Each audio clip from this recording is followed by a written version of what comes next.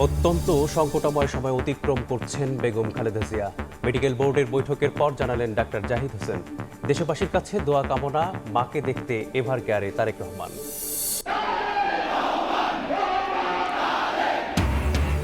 দেড় যুগ পর বিএনপির কেন্দ্রীয় কার্যালয়ে তারেক রহমান। ছোট ছোট কাজ দিয়ে হলেও নিজ নিজ অবস্থান থেকে দেশ গড়তে সবাইকে ভূমিকা রাখার আহ্বান। শেষ দিনে হেভিওয়েট সহ অন্যান্য প্রার্থীর মনোনয়নপত্র জমা, ষড়যন্ত্র ভেদ করে মানুষের জন্য কাজ করার ঘোষণা বিএনপির। আইন শৃঙ্খলা পরিস্থিতি নিয়ে শঙ্কা জামায়াতের। নতুন বছরে আমার বেতন বাড়ায় নাই, কিন্তু বাসা ভাড়া ঠিকই বাড়িয়েছে। জানুয়ারি থেকে 2000 টাকা ভাড়া বাড়াইতে হবে। বললাম যে আমাদের তো ইনকাম সোর্স কম, বললো যদি সম্ভব হয় থাকবেন, না হলে চলে যাবেন। ভালো স্কুলগুলির আশেপাশে ভাড়া অনেক বেশি। বছর শেষের আগেই বাড়ি ভাড়া বাড়ানোয় হিমশিম অবস্থা ভাড়াটিয়ার। মেট্রো রেল ও স্কুলের কাছাকাছি এলাকায় বেড়েছে 3000 টাকা পর্যন্ত। সুনির্দিষ্ট নীতিমালা তৈরির তাগিদ। এবং ইউক্রেনের বিরুদ্ধে পুতিনের বাসভবন লক্ষ্য করে ড্রোন হামলার দাবি রাশিয়ার। ভূপাতিত করা হয়েছে 91টি। হামলার খবরে ক্ষুব্ধ ট্রাম্প। মস্কোর মিথ্যাচার বলছে কিয়েভ।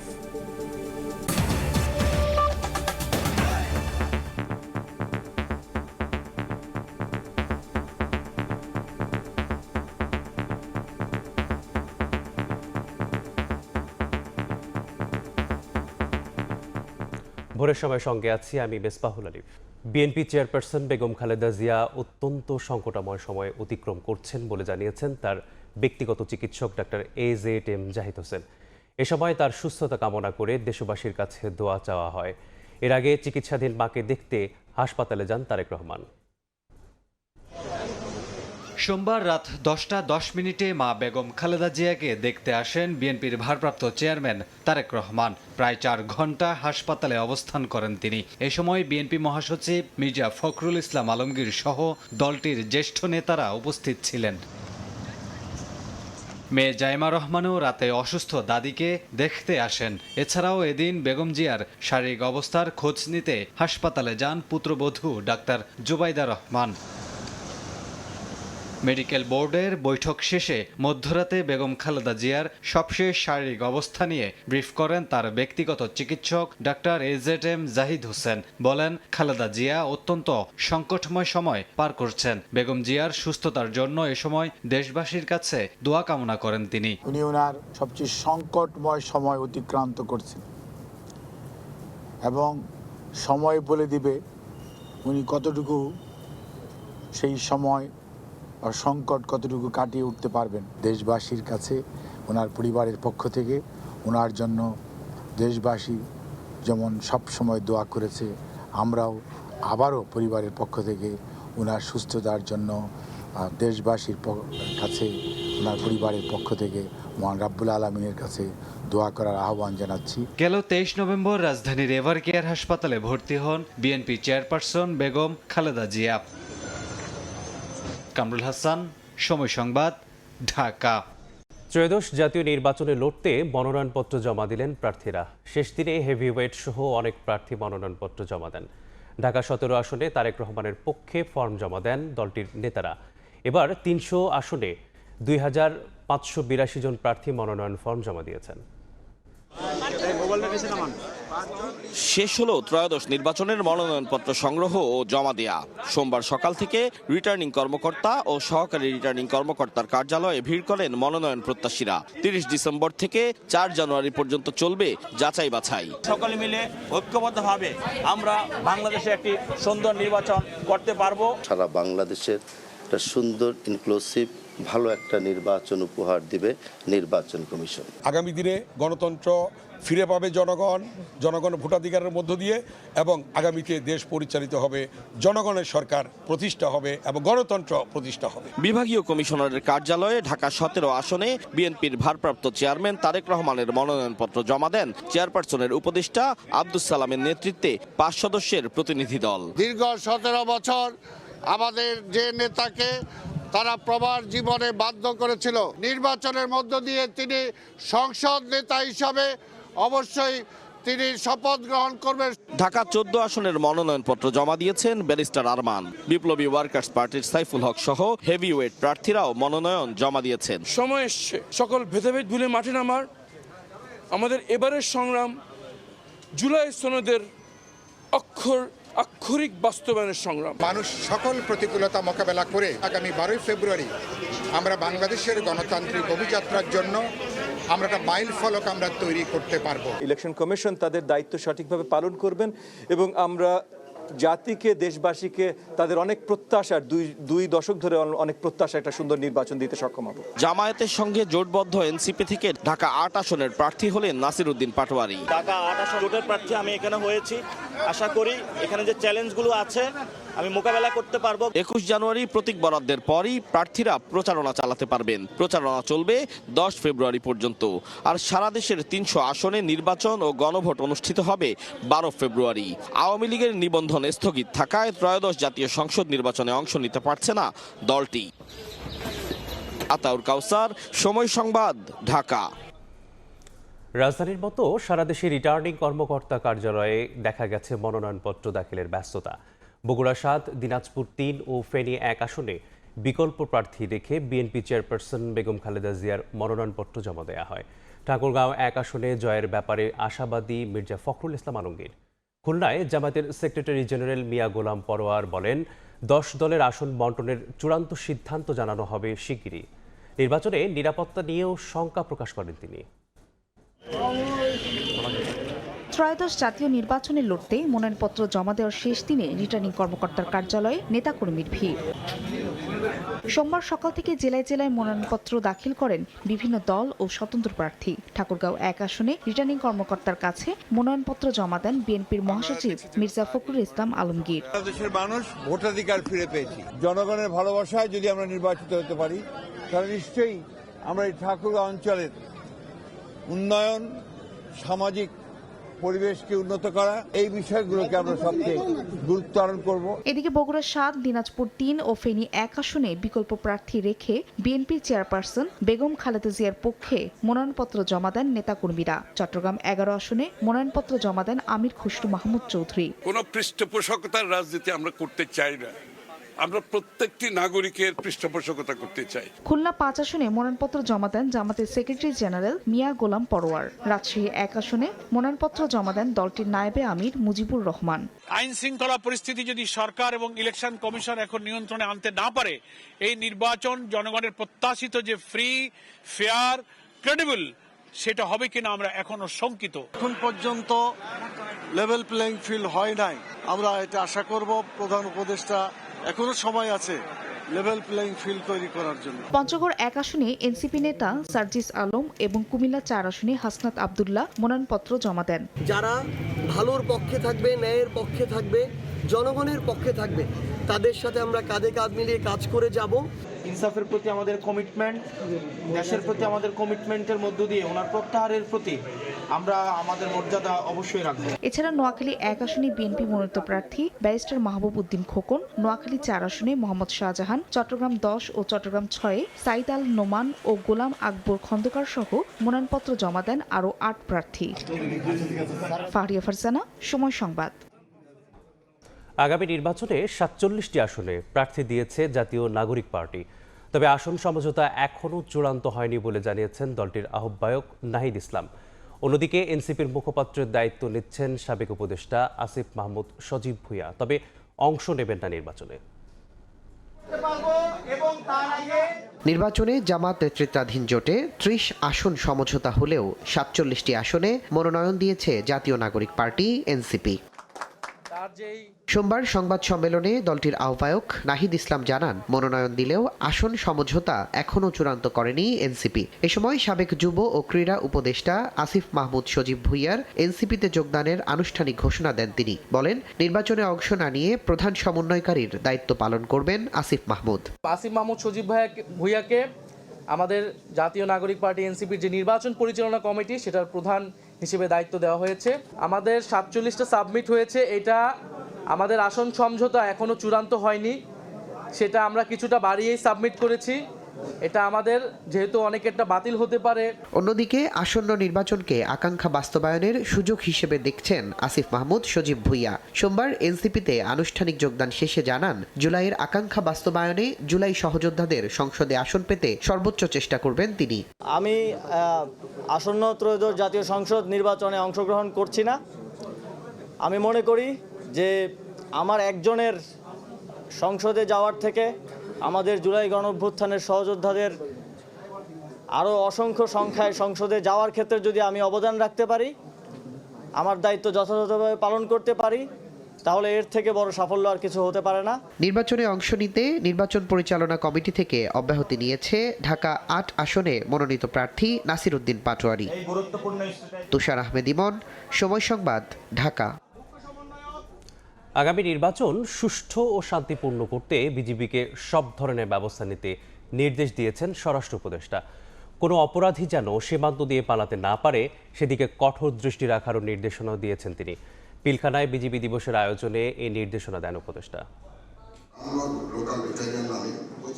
সোমবার পিলখানায় আয়োজন করা হয় বিজিবি দিবস। শহীদ শাকিল আহমেদ হলে আয়োজিত অনুষ্ঠানে যোগ দেন স্বরাষ্ট্র উপদেষ্টা জাহাঙ্গীর আলম চৌধুরী। বর্ডার গার্ড বাংলাদেশ আরও বেশি সুসংহত জানিয়ে বিজিবি মহাপরিচালক মেজর জেনারেল আশরাফুজ্জামান সিদ্দিকী এবছরে বাহিনীর বিভিন্ন সাফল্যের কথা তুলে ধরেন। ত্রয়োদশ জাতীয় সংসদ নির্বাচন সুষ্ঠু, নিরপেক্ষ ও সুচারুরূপে সম্পাদনে বাহিনীর সদস্যদের প্রশিক্ষণ চলমান রয়েছে। নির্বাচনী দায়িত্ব সর্বোচ্চ আন্তরিকতা ও দক্ষতার সাথে পালনে আমরা বদ্ধপরিকর।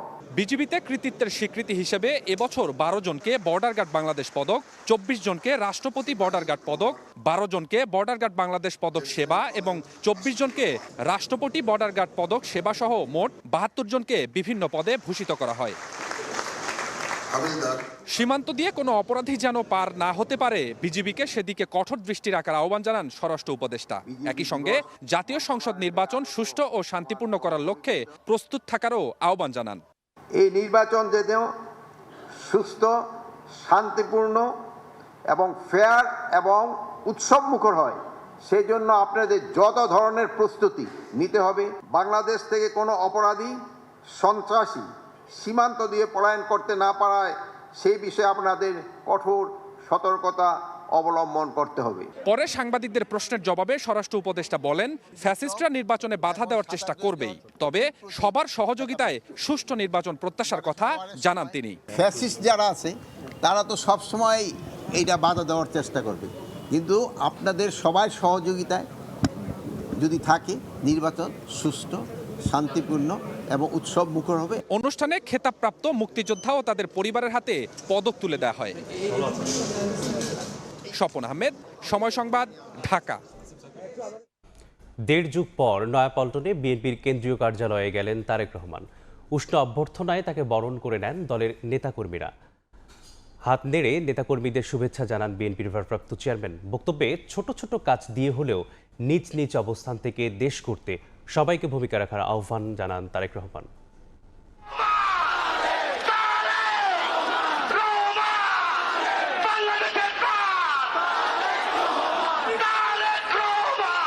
দেড় যুগেরও বেশি সময় পর নয়াপল্টনে বিএনপির কেন্দ্রীয় কার্যালয়ে দলটির ভারপ্রাপ্ত চেয়ারম্যান তারেক রহমান।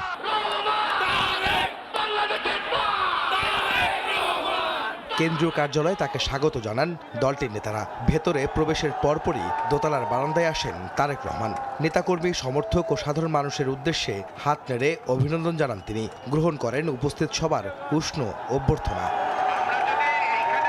নগরীর বিভিন্ন স্থান থেকে আসা নেতাকর্মীরা ভিড় করেন কেন্দ্রীয় কার্যালয় ঘিরে। তাদের উদ্দেশ্যে তারেক রহমান অনুরোধ জানান জনদুর্ভোগ তৈরি না করে প্রধান সড়ক থেকে সবাইকে সরে যেতে। আমরা যদি এখন এই রাস্তাটা বন্ধ করে রাখি তাহলে সাধারণ মানুষের চলাচলের অসুবিধা হবে। যেহেতু আমাদের আজকে এখানে কোনো কর্মসূচি নেই, সেই জন্য আমরা চেষ্টা করি যত দ্রুত সম্ভব রাস্তাটাকে খুলে দেওয়ার জন্য, যাতে সাধারণ মানুষ চলাফেরা করতে পারে স্বাভাবিকভাবে। তারেক রহমান তার শুভেচ্ছা বক্তব্যে দেশকে নতুন করে গড়ে তুলতে যার যার অবস্থান থেকে কাজ করার নির্দেশনা দেন দলীয় নেতাকর্মীদের। যার পক্ষে যতটুকু সম্ভব আমরা সচেষ্ট হই দেশের জন্য। কোথাও যদি রাস্তায় একটি কাগজ পড়ে থাকে, ময়লা হয়ে থাকে, দরকার হলে সেটাকে আমরা সরিয়ে দিব। এইভাবে ছোট ছোট করে কাজ করার মাধ্যমে আমরা দেশটাকে গড়ে তুলে আসুন। এরপর অসুস্থ মা বেগম খালেদা জিয়ার সুস্থতা ও নিজের জন্য দোয়া চান বিএনপির ভারপ্রাপ্ত চেয়ারম্যান। দেশনেত্রী খালেদা জিয়ার সুস্থতার জন্য দোয়া করবেন। পরে তার জন্য নির্ধারিত কক্ষে প্রবেশ করেন তারেক রহমান। ভেতরে উপস্থিত নেতাকর্মীদের সঙ্গে শুভেচ্ছা বিনিময় করে দলীয় কার্যক্রমের তদারকি করেন তিনি। ভারপ্রাপ্ত চেয়ারম্যানের আগমন উপলক্ষে কার্যালয়ে বেশ কিছু সংস্কারও করে রেখেছে বিএনপি। সোমবার বিকেল ৩টার দিকে গুলশানের বাসা থেকে বের হয়ে 3:45টার দিকে নয়াপল্টনের কেন্দ্রীয় কার্যালয়ে পৌঁছান বিএনপির ভারপ্রাপ্ত চেয়ারম্যান তারেক রহমান। 19 বছরেরও বেশি সময় পর নয়াপল্টনে বিএনপির কেন্দ্রীয় কার্যালয়ে আসলেন দলটির ভারপ্রাপ্ত চেয়ারম্যান তারেক রহমান। দেশে ফেরার পর প্রথমবারের মতো এই কার্যালয়ে তিনি দলীয় কার্যক্রম পরিচালনা করলেন। একই সঙ্গে এখানে উপস্থিত নেতাকর্মীদের উদ্দেশ্যে সংক্ষিপ্ত বক্তব্যে দলের নেতাকর্মীদের নির্দেশনা দেন যে যার অবস্থান থেকে নতুন করে বাংলাদেশ বিনির্মাণের ক্ষেত্রে তার অবস্থান থেকে তিনি অবদান রাখবেন। আহমেদ সালেহিন, সময় সংবাদ, ঢাকা। ওসমান হাদির খুনিদের বিচারের দাবিতে সোমবার দুপুর থেকে শাহবাগ মোড় অবরোধ করে রাখে ইনকিলাব মঞ্চ। এর আগে 4 দফা দাবি আদায়ের ঘোষণা দেয় সংগঠনটি। ইনকিলাব মঞ্চের সদস্য সচিব আব্দুল্লাহ আল জাবের বলেন, হাদির আবেগ বিক্রি করে তাদের কেউই নির্বাচন করবেন না ঢাকা 8 আসনে। আজ স্যালিউটিং আওয়ার কালচারাল হিরো কর্মসূচি পালন করবে ইনকিলাব মঞ্চ।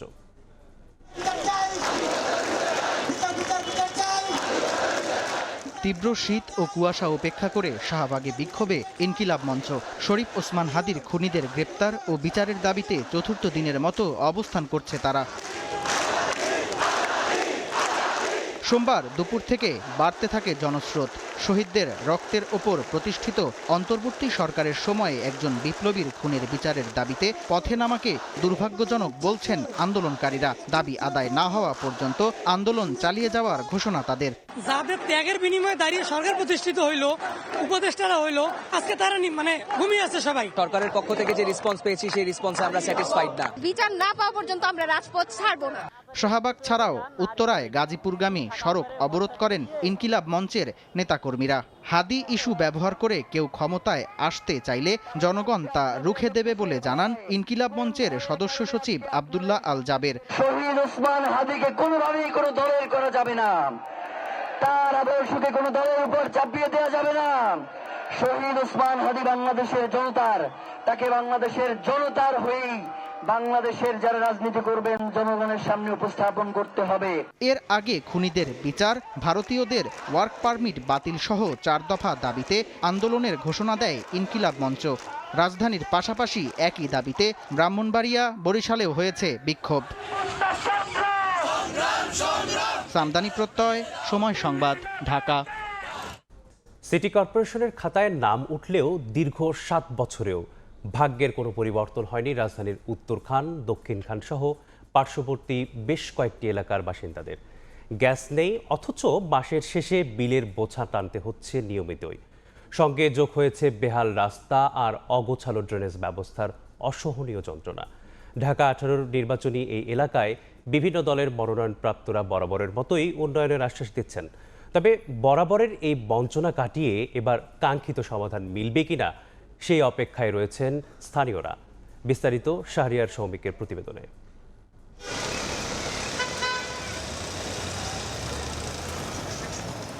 রাজধানীর দক্ষিণখানের বাসিন্দা ফরিদা বেগম। সকালের ব্যস্ততা শুরু হওয়ার আগেই রান্নাঘরে শুরু হয় তার অন্য এক যুদ্ধ। পাইপলাইনে গ্যাসের সংযোগ আছে ঠিকই, মাস শেষে বিলও দিচ্ছেন নিয়ম করে, কিন্তু চুলায় জ্বলে না আগুন। বাধ্য হয়ে বাড়তি খরচেই বেছে নিয়েছেন সিলিন্ডার। ওইখানে ছেলেনের বসায় রান্না করি, কিন্তু লাইনের কোনো গ্যাস নেই, এভাবেই চলতেছে। বাড়িলা বলে যে সবার নাই, আপনাদের নাই, আমরা কি করব, আমাদের কিছু করার নেই, কিন্তু গ্যাস তো বিল তো মাপ নাই। শুধু গ্যাস নয়, ঢাকা উত্তর সিটি কর্পোরেশনের অন্তর্ভুক্ত হলেও মৌলিক প্রায় সব নাগরিক সুবিধা থেকেই বঞ্চিত এই এলাকার মানুষ। আমরা যখন ইউনিয়ন ছিলাম যে সুযোগ সুবিধাগুলো ছিল এখন পর্যন্ত সেম ওই একই সুযোগ সুবিধা আছে। ড্রেনেজ ব্যবস্থা একেবারে বর্ষা আসলে কি যে একটা অবস্থা হয়।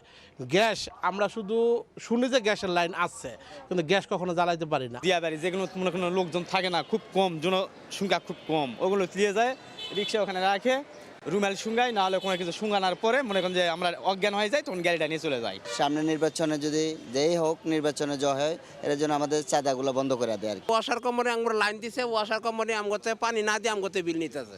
ঢাকা 18 আসনটি ঢাকা উত্তর সিটির 14টি ওয়ার্ড এবং নির্দিষ্ট কিছু থানা এলাকা নিয়ে গঠিত। আসনটিতে মোট ভোটার প্রায় 6 লাখ। 2018 সালে ইউনিয়ন পরিষদ থেকে সিটি কর্পোরেশনের আওতায় আনা হয় উত্তরখান, দক্ষিণখান, তুরাগ ও খিলক্ষেত সহ বেশ কিছু এলাকা। তবে নামের পাশে সিটি যুক্ত হলেও যাপিত জীবনে পরিবর্তন আসেনি ছিটেফোঁটাও।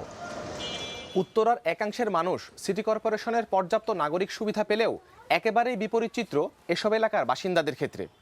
তাদের প্রত্যাশা আসন্ন নির্বাচনে যে দলের প্রার্থী জয়ী হয়ে আসুক দ্রুতই কার্যকর পদক্ষেপ নেবে এসব এলাকার বাসিন্দাদের হয়ে। এবার এ আসন থেকে বিএনপির প্রার্থী এস.এম. জাহাঙ্গীর হোসেন এবং জামায়াতে ইসলামের প্রার্থী আশরাফুল হক দীর্ঘদিনের সমস্যা নিরসনে ভোটারদের দিচ্ছেন নানা আশ্বাস।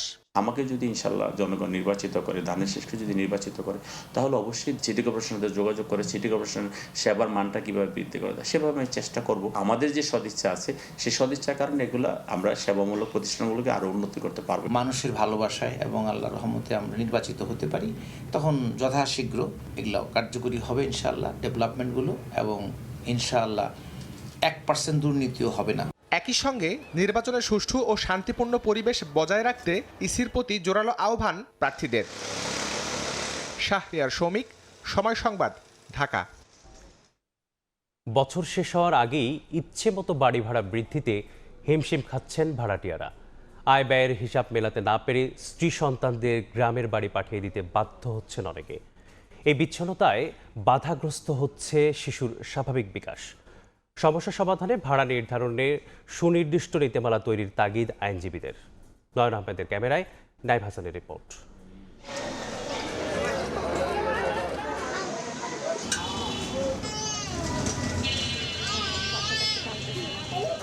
রাজধানীর মিরপুরের বাসিন্দা আব্দুল আউয়াল 15,000 টাকা বেতনে চাকরি করেন তৈরি পোশাক কারখানায়। ছোট্ট একটি কক্ষে স্ত্রী সন্তান নিয়ে বসবাস। বেতন না বাড়লেও নতুন বছরে 1,000 টাকা ভাড়া বাড়ায় আয় ব্যয়ের হিসাব মেলাতে পারছেন না আউয়াল দম্পতি। বেতন মনে করেন যে 15,700, বাসা ভাড়ায় 5,000 টাকা জায়গা, অসুখ বিসুখ আছে, সবার বাড়িতে দেওয়ার লাগে না, মা বাপ আছে। মাত্র 72 স্কোয়ার ফিটের এই রুমটির ভাড়া 4,500 টাকা। এর মধ্যে বছর শেষ হওয়ার আগেই ভাড়া বৃদ্ধির নোটিশ। বাড়িওয়ালার সাফ কথা, পোষালে থাকো নয়তো বিদায় হও। একজন রান্না করে আসি, পরে আরেকজন যায়, তারপরে যদি বাড়ি ভাড়া বাড়ায় এমনি কেমনে চলা যায়। শুধু মিরপুর নয়, পুরো রাজধানীতেই বছর শেষ হওয়ার আগেই ভাড়া বৃদ্ধির নোটিশ পেয়েছেন ভাড়াটিয়ারা। বাড়িওয়ালা বলছে যে জানুয়ারি থেকে 2,000 টাকা ভাড়া বাড়াইতে হবে। বললাম যে আমাদের তো ইনকাম সোর্স কম, বললো যদি সম্ভব হয় থাকবেন, না হলে চলে যাবেন। নতুন বছরে আমার বেতন বাড়ায় না, কিন্তু বাসা ভাড়া ঠিকই বাড়িয়েছে আর কি। মেট্রো রেল ও শিক্ষা প্রতিষ্ঠানের কাছাকাছি এলাকায় 3,000 টাকা পর্যন্ত ভাড়া বাড়িয়েছেন বাড়ির মালিকরা। এক একটা রুম যেটা 6,000 পড়বে, ওটা রাখে 8,000, 7,500। ভালো স্কুলগুলির আশেপাশে ভাড়া অনেক বেশি। বাড়ি ভাড়ার চাপে পরিবার নিয়ে একসঙ্গে থাকতে পারছেন না অনেকে। এতে ফাটল ধরছে পারিবারিক বন্ধনে, ক্ষতিগ্রস্ত হচ্ছে কোমলমতি শিশুরা। যে ইনকাম করি এটা দিয়ে তো শহরের লেখাপড়া ছেলে সন্তানদের আমি করাতে পারবো না। দিনের জন্য আমার বাচ্চারা আমি বাড়ি রেখে আইছি। যে পয়সা বেতন পাই, এই পয়সায় এত টাকা ঘর ভাড়া দিয়ে ফ্যামিলি রাখাটা আমাদের মতো মানুষের জন্য সম্ভব না। কেন বছর ঘুরলেই বাড়ি ভাড়া বাড়ান বাড়িওয়ালারা? 6,000 টাকা দিয়ে ভর্তি করাইতে পারতাম, এখন 10,000 টাকার নিচে না। আমার 2 মেয়েরে ভর্তি করাইতে 20,000 টাকা লাগবে, তাহলে আমি এটা কোথা থেকে নিব? বাড়িওয়ালারা কিন্তু ভাড়ার টাকাটা দিয়ে চলে। গ্যাস, পানি, বিদ্যুৎ বিল এগুলা বৃদ্ধি পায়, এগুলা আমরা বাড়াই। ইচ্ছে মতো বাড়ি ভাড়া বৃদ্ধি ঠেকাতে সুনির্দিষ্ট নীতিমালা তৈরির তাগিদ আইনজীবীদের। এ নিয়ে উচ্চ আদালতেও রিট হয়েছে। একই এলাকায় হওয়ার কারণে কিন্তু একই ভাড়া হবে না। একটি বাড়ির সাথে পাশের বাড়িটার কোনো মিল নেই। এই জন্য কিসের ভিত্তিতে ভাড়া নির্ধারিত হবে আমরা বলেছি যে একটি নীতিমালা করে দাও। নীতিমালা যেটা আমরা চাচ্ছি সেটা হলো ক্রাইটেরিয়াগুলি ঠিক করে দেবে, যেই বাড়িটা যতগুলি ক্রাইটেরিয়া টাচ করে ওই অনুপাতের ভাড়া নির্ধারিত হবে। ক্যাবের তথ্য অনুযায়ী গত 25 বছরে ঢাকায় বাড়ি ভাড়া বেড়েছে প্রায় 400%। নাইম হাসান, সময় সংবাদ, ঢাকা। আগামী বছর তৈরি পোশাক, চা বাগান, বেসরকারি পাটকল সহ 13 খাতে বাড়ছে মজুরি। এতে উচ্চ মূল্যের বাজারে অনেকটাই স্বস্তি ফিরবে বলে মনে করেন শ্রমিক প্রতিনিধিরা। অন্যদিকে প্রতিবার মজুরি কাঠামো নিয়ে শ্রম অসন্তোষ এড়াতে সুনির্দিষ্ট পদ্ধতি চায় মালিকপক্ষ। যেহেতু আন্তর্জাতিক চর্চা প্রতিপালন করছে বাংলাদেশ, ক্রেতাদের কাছ থেকে ন্যায্য দাম পেতে শ্রমিকদেরও এগিয়ে আসার আহ্বান অর্থনীতিবিদদের। MS আরিফিনের report. ব্যয় বৃদ্ধি বিবেচনায় দেশের রপ্তানি আয়ের প্রধান খাত তৈরি পোশাক শিল্পে মজুরি বাড়ানোর দাবিতে আন্দোলন কিংবা শ্রমিক অসন্তোষ সাধারণ চিত্র। এই অবস্থায় দীর্ঘদিন ধরেই বাংলাদেশের শ্রম আইন পরিবর্তন চেয়ে আসছিল জাতিসংঘের শ্রম সংস্থা ILO, যুক্তরাষ্ট্র, ইউরোপীয় ইউনিয়ন সহ পশ্চিমা দেশগুলো। এর ধারাবাহিকতায় গেল 17 নভেম্বর বাংলাদেশ শ্রম অধ্যাদেশ 2025 জারি করে অন্তর্বর্তী সরকার, যেখানে 5 বছরের পরিবর্তে 3 বছর পর পর শ্রমিকের মজুরি বৃদ্ধির কথা বলা হয়েছে। সবশেষ 2023 সালের 1 ডিসেম্বর তৈরি পোশাক খাতে ন্যূনতম মজুরি 8,000 থেকে বাড়িয়ে 12,500 টাকা নির্ধারণ করে দেয় নিম্নতম মজুরি বোর্ড। পোশাক ছাড়াও চা বাগান, বেসরকারি পাটকল, নিরাপত্তা কর্মী সেবা সহ 13 খাতে সবশেষ মজুরি কাঠামো কার্যকর হওয়ার 3 বছর পূর্ণ হয়েছে বা আগামী বছর পূর্ণ হবে। সেই হিসাবে নতুন বিধানে এসব খাতে বাড়াতে হবে মজুরি। তাদের বেতনটা সবসময় একটা এমন জায়গা থাকে যে কোনো মতে তারা বেঁচে থাকে, তো সেইটার সময় আমাদের মজুরিটা যে 3 বছর করা হয়েছে, আমি মনে করি শ্রমিকদের জীবন মান উন্নয়নে এটা একটা ভূমিকা রাখবে। মজুরি নির্ধারণের ক্ষেত্রে যে মজুরি স্ট্রাকচারের মধ্যে অনেক প্রবলেম আছে এবং সেটা যদি আমরা ঠিক না করতে পারি তাহলে 65% বেসিক থেকে এখন কিন্তু 51% চলে আসছে। যদিও নতুন অধ্যাদেশের বেশ কিছু বিধান প্রত্যাখ্যান করেছেন শিল্প উদ্যোক্তারা, তবে 3 বছর অন্তর মজুরি বাড়াতে আপত্তি নেই তাদের। এক্ষেত্রে মজুরি নির্ধারণে সুনির্দিষ্ট পদ্ধতি চান তারা। প্রতি 5 বছর পরে যেই একটা অশান্তির সৃষ্টি হয়, একটা শ্রম অসন্তোষের তৈরি হয় এবং বেশ অনেক দিন নেগোসিয়েশন করে আমাদের এই শ্রম অসন্তোষ থেকে দূরে চলে আসতে হয়। আমাদের প্রোডাক্টিভিটি এবং প্রোডাকশন ডেফিনেটলি হ্যাম্পার করে এবং এটা বায়ারদের জন্য একটা রিস্কের কারণ হয়ে দাঁড়ায়। বেতন বৃদ্ধির চাপ যেন উদ্যোক্তারা সহজে বহন করতে পারেন, সেজন্য পণ্যের যৌক্তিক মূল্য নির্ধারণে ক্রেতা প্রতিষ্ঠানের সঙ্গে দর কষাকষিতে শ্রমিক সংগঠনগুলোকে এগিয়ে আসার পরামর্শ দিচ্ছেন অর্থনীতিবিদরা। আমাদের উদ্যোক্তারা যাতে 3 বছর পর পর মজুরি পুনর্বীক্ষণ করা হবে, এটা যাতে তারা দেওয়ার সক্ষমতা যাতে রাখতে পারেন, সেই জন্য যে ধরনের প্রাতিষ্ঠানিক সহায়তা তাদেরকে দেওয়া দরকার, সেটার দিকেও আমাদের কিন্তু নজর দিতে হবে। আমাদের এখানে এতগুলো যে সবুজ কারখানা আছে, কিন্তু দাম পাওয়ার ক্ষেত্রে কিন্তু আমরা কিন্তু সেই সুবিধাগুলো পাচ্ছি না। এখন এই ট্রেড ইউনিয়নগুলো যদি তাদের ভয়েসটা রেজ করতে পারে, তাহলে সেই ক্ষেত্রে তখন দেখা যাবে কি যে একটা ইন্টারন্যাশনাল প্রেশার তৈরি হচ্ছে। এখন পর্যন্ত 42টি খাতের ন্যূনতম মজুরি নির্ধারণ করে আসছে নিম্নতম মজুরি বোর্ড। নতুন আইন হওয়ার পর আরও 17 খাতের সর্বনিম্ন মজুরি নির্ধারণের কাজ চলমান রয়েছে। MS আরিফিন, সময় সংবাদ, ঢাকা। শুল্ক হার কমানোর ফলে আমদানি করা খেজুর অবশেষে বন্দর থেকে ডেলিভারি নিতে শুরু করেছেন ব্যবসায়ীরা। গত 6 মাসে 15 থেকে 20,000 মেট্রিক টন খেজুর আমদানি হলেও এখন পর্যন্ত 8,000 মেট্রিক টন খেজুর ডেলিভারি নেওয়া হয়েছে। আসন্ন রমজানে খেজুরের বাজার নিয়ন্ত্রণে রাখতে শুল্ক হার 10% কমিয়ে 15% নির্ধারণ করেছে সরকার। এতে প্রতি কেজি খেজুরের প্রকারভেদে দাম কমবে 10 থেকে 100 টাকা পর্যন্ত। শাকত টিপুর ক্যামেরায় বিস্তারিত জানাচ্ছেন কমল দে। চট্টগ্রাম কাস্টম হাউসের সবশেষ তথ্য অনুযায়ী শুধুমাত্র চট্টগ্রাম বন্দর দিয়ে 2025-26 অর্থ বছরের প্রথম 6 মাসে আমদানি করা 149 কোটি টাকা মূল্যের 7,225 মেট্রিক টন অভিজাত এবং 14 কোটি টাকা মূল্যের 620 মেট্রিক টন সাধারণ খেজুর ডেলিভারি নেওয়া হয়েছে, যা আগের অর্থ বছরের এই সময়ের তুলনায় দ্বিগুণ। মূলত সরকার খেজুরের আমদানি শুল্ক হার 25% থেকে কমিয়ে 15% নির্ধারণ করে প্রজ্ঞাপন জারির পর থেকে বেড়েছে খেজুরের ডেলিভারি। বর্তমানে যেহেতু ডিউটি পরিমাণ কমেছে, সেক্ষেত্রে আমদানি পরিমাণ বাড়তে পারে। যেহেতু মূল্যটা কম হবে, সেক্ষেত্রে বাজারে খেজুরের দামটা একটু কম থাকবে। 23 ডিসেম্বর থেকে কার্যকর হয় খেজুরের নতুন আমদানি শুল্ক হার 2026 সালের 31 মার্চ পর্যন্ত বলবৎ থাকবে বলে উল্লেখ করা হয়েছে জারিকৃত প্রজ্ঞাপনে। প্রতি বছরই পবিত্র রমজানের ইফতারের অন্যতম উপকরণ এই খেজুরের দর নিয়ে চলে কারসাজি। এবারও সে কারসাজির আশঙ্কা করেছিল ব্যবসায়ীরা। শেষ পর্যন্ত ব্যবসায়ীদের দাবির মুখে শুল্ক কমিয়েছে সরকার। এখন ব্যবসায়ীরা বলছেন, যখনই শুল্ক কমানোর কথা ছিল তখন কমানো হয়নি, কমাতে দেরি হয়েছে। এতে যেমন আমদানি বাধাগ্রস্ত হয়েছে, তেমনি ড্যামারেজ গুনতে হচ্ছে চট্টগ্রাম বন্দরে। আগে খেজুরের তেমন শুল্ক হার না থাকলেও 2023-24 অর্থ বছরে আমদানিকৃত খেজুরকে বিলাসবহুল পণ্য হিসেবে ঘোষণা দিয়ে শুল্ক হার 1 থেকে 3 মার্কিন ডলার বাড়িয়ে দেওয়ার পর থেকেই বাজারে অস্থিরতার সৃষ্টি হয়। অবশ্য বেড়ে যাওয়া দর নিয়ন্ত্রণে গত বছরের রমজানের আগেই শুল্ক হার কমিয়েছিল সরকার, আর তাই এবার আগস্ট মাসে শুল্ক হার কমানোর দাবি জানিয়েছিলেন ব্যবসায়ীরা। আমাদের প্রয়োজন আগস্টে ডিউটি কমানো, কিন্তু সরকার কমিয়েছে ডিসেম্বরে এসে। আপনার আগস্টের দিকে বেশি খেজুর উৎপাদন হয় আরব কান্ট্রিগুলোতে। 60% মাল এসে গেছে আমাদের। এটা ভোক্তারা পুরাপুরি সুবিধা পাবে বলে আমি মনে করি না। এদিকে শুল্ক হার কমানোর প্রতিক্রিয়া পড়তে শুরু করেছে খেজুরের বাজারে। গত এক সপ্তাহের ব্যবধানে 5 কেজির প্রতি প্যাকেট আম্বর এবং মরিয়ম খেজুরের দাম 2000 টাকা কমে 5 ও 4000 টাকা, আজোয়া 1000 টাকা কমে 4000 টাকায় বিক্রি হচ্ছে। এছাড়া মাশরুকে 500 টাকা, সাবেরিতে 700 টাকা, আলজেরিয়ান খেজুরে 200 টাকা কমেছে। এখনো প্রচুর পরিমাণে আমদানি করা খেজুর বন্দরের ডেলিভারির অপেক্ষায় রয়েছে।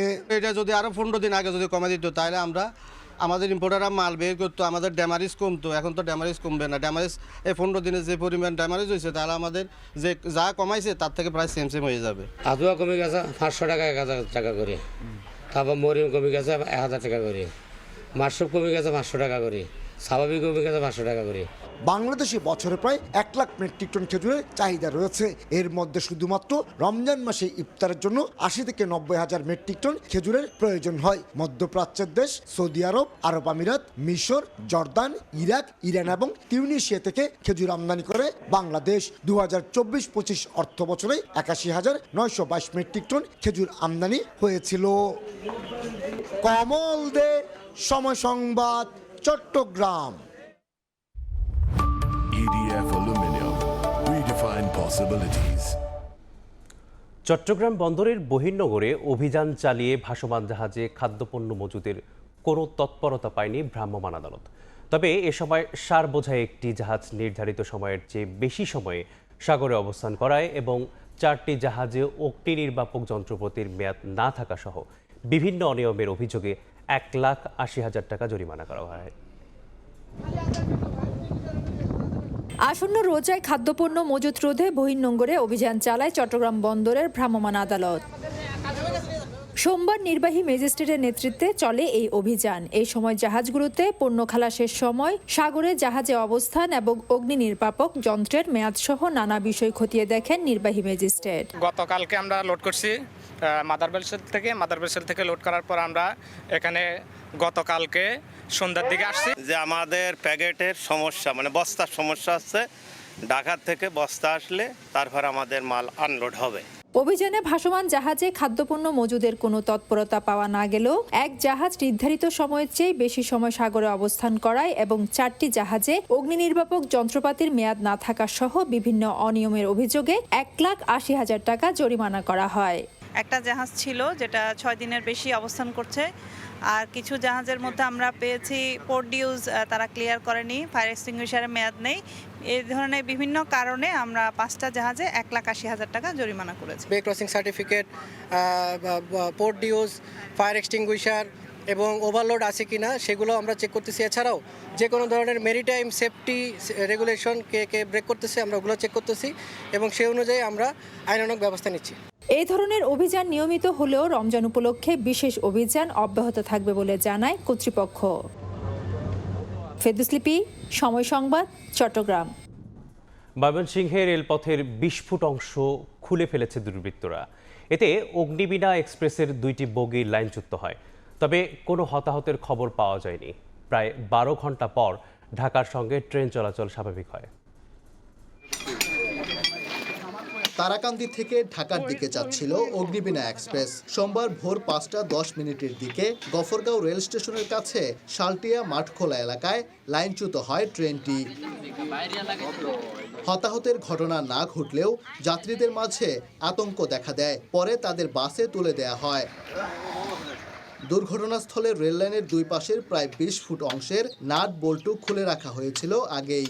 এতে লাইনচ্যুত হয় ইঞ্জিন সহ 2টি বগি। ঘটনাটিকে পরিকল্পিত নাশকতা বলে মনে করছেন অনেকেই। হঠাৎ করে একটা শব্দ মানে মুইতে আইসা দেখি যে রাস্তা থেকে ট্রেনটা আর কি বঞ্চিত নিচে পড়ে গেছে। গত শনিবার একটি দলের প্রার্থী পরিবর্তনের দাবিতে আন্দোলনের সময় রেল লাইনে আগুন দেওয়ার ঘটনা ঘটে। রেল লাইন খুলে ফেলা সেই ঘটনার অংশ কিনা সেই প্রশ্ন আসছে সামনে। ঘটনার পরই ঢাকা ময়মনসিংহ রুটে রেল যোগাযোগ বন্ধ হয়ে যায়। বেলা 11টার দিকে ঢাকা থেকে উদ্ধারকারী রিলিফ ট্রেন ঘটনাস্থলে গিয়ে লাইনচ্যুত বগি উদ্ধারে কাজ শুরু করে। প্রায় 12 ঘন্টা পর স্বাভাবিক হয় ট্রেন চলাচল। ঘটনা তদন্তে গঠন করা হয়েছে কমিটি। 5 সদস্য বিশিষ্ট একটি কমিটি গঠন করা হয়েছে। ট্রেন লাইনচ্যুত হওয়ার ঘটনায় 5টি ট্রেনের যাত্রা বাতিল করা হয়। ওবায়দুল হক, সময় সংবাদ, ময়মনসিংহ। অরক্ষিত রেল ক্রসিংয়ে ঠাকুরগাঁওয়ে বাড়ছে দুর্ঘটনা। দ্রুতগতির ট্রেনে কাটা পড়ে প্রায়ই ঘটছে হতাহতের ঘটনা। তবুও কার্যত কোনো পদক্ষেপ নেই কর্তৃপক্ষের। সমাধানের আশ্বাস দিয়েই দায় সারছেন রেল বিভাগের দায়িত্বরত কর্মকর্তারা। জিয়াউর রহমানের বকুলের রিপোর্ট। ঠাকুরগাঁও জেলা শহর থেকে মাত্র 4 কিলোমিটার দূরে অবস্থিত রেল স্টেশন। পাশেই আঞ্চলিক সড়কের উপর রেল ক্রসিং এটি। শুধু এই জায়গাটিতেই রেল ক্রসিং এর সময় মানুষের নিরাপদ চলাচলে গেটম্যানকে কাজ করতে দেখা যায়। তবে এর বাইরে জেলার মাদারগঞ্জ, ভোমরাদহ, আখানগর সহ বেশিরভাগ ছোট বড় রেল ক্রসিং বছরের পর বছর ধরেই অরক্ষিত অবস্থায় পড়ে রয়েছে। তবে দু একটি স্থানে সতর্কীকরণ সাইনবোর্ড স্থাপন করেই দায় সেরেছে রেল কর্তৃপক্ষ। এ অবস্থায় সড়কে যাতায়াতে বিভিন্ন স্থানে খোলামেলা কিংবা অরক্ষিত অবস্থায় রেল ক্রসিং দিয়ে যত্রতত্রভাবে চলাচল করছে যানবাহন ও পথচারীরা। এতে ট্রেনের ধাক্কা কিংবা কাটা পড়ে হতাহত হচ্ছেন অনেকেই। এখানটায় বেশ কয়েকটি ঘটনা ঘটেছে এবং মানুষের জীবন পর্যন্ত চলে গেছে।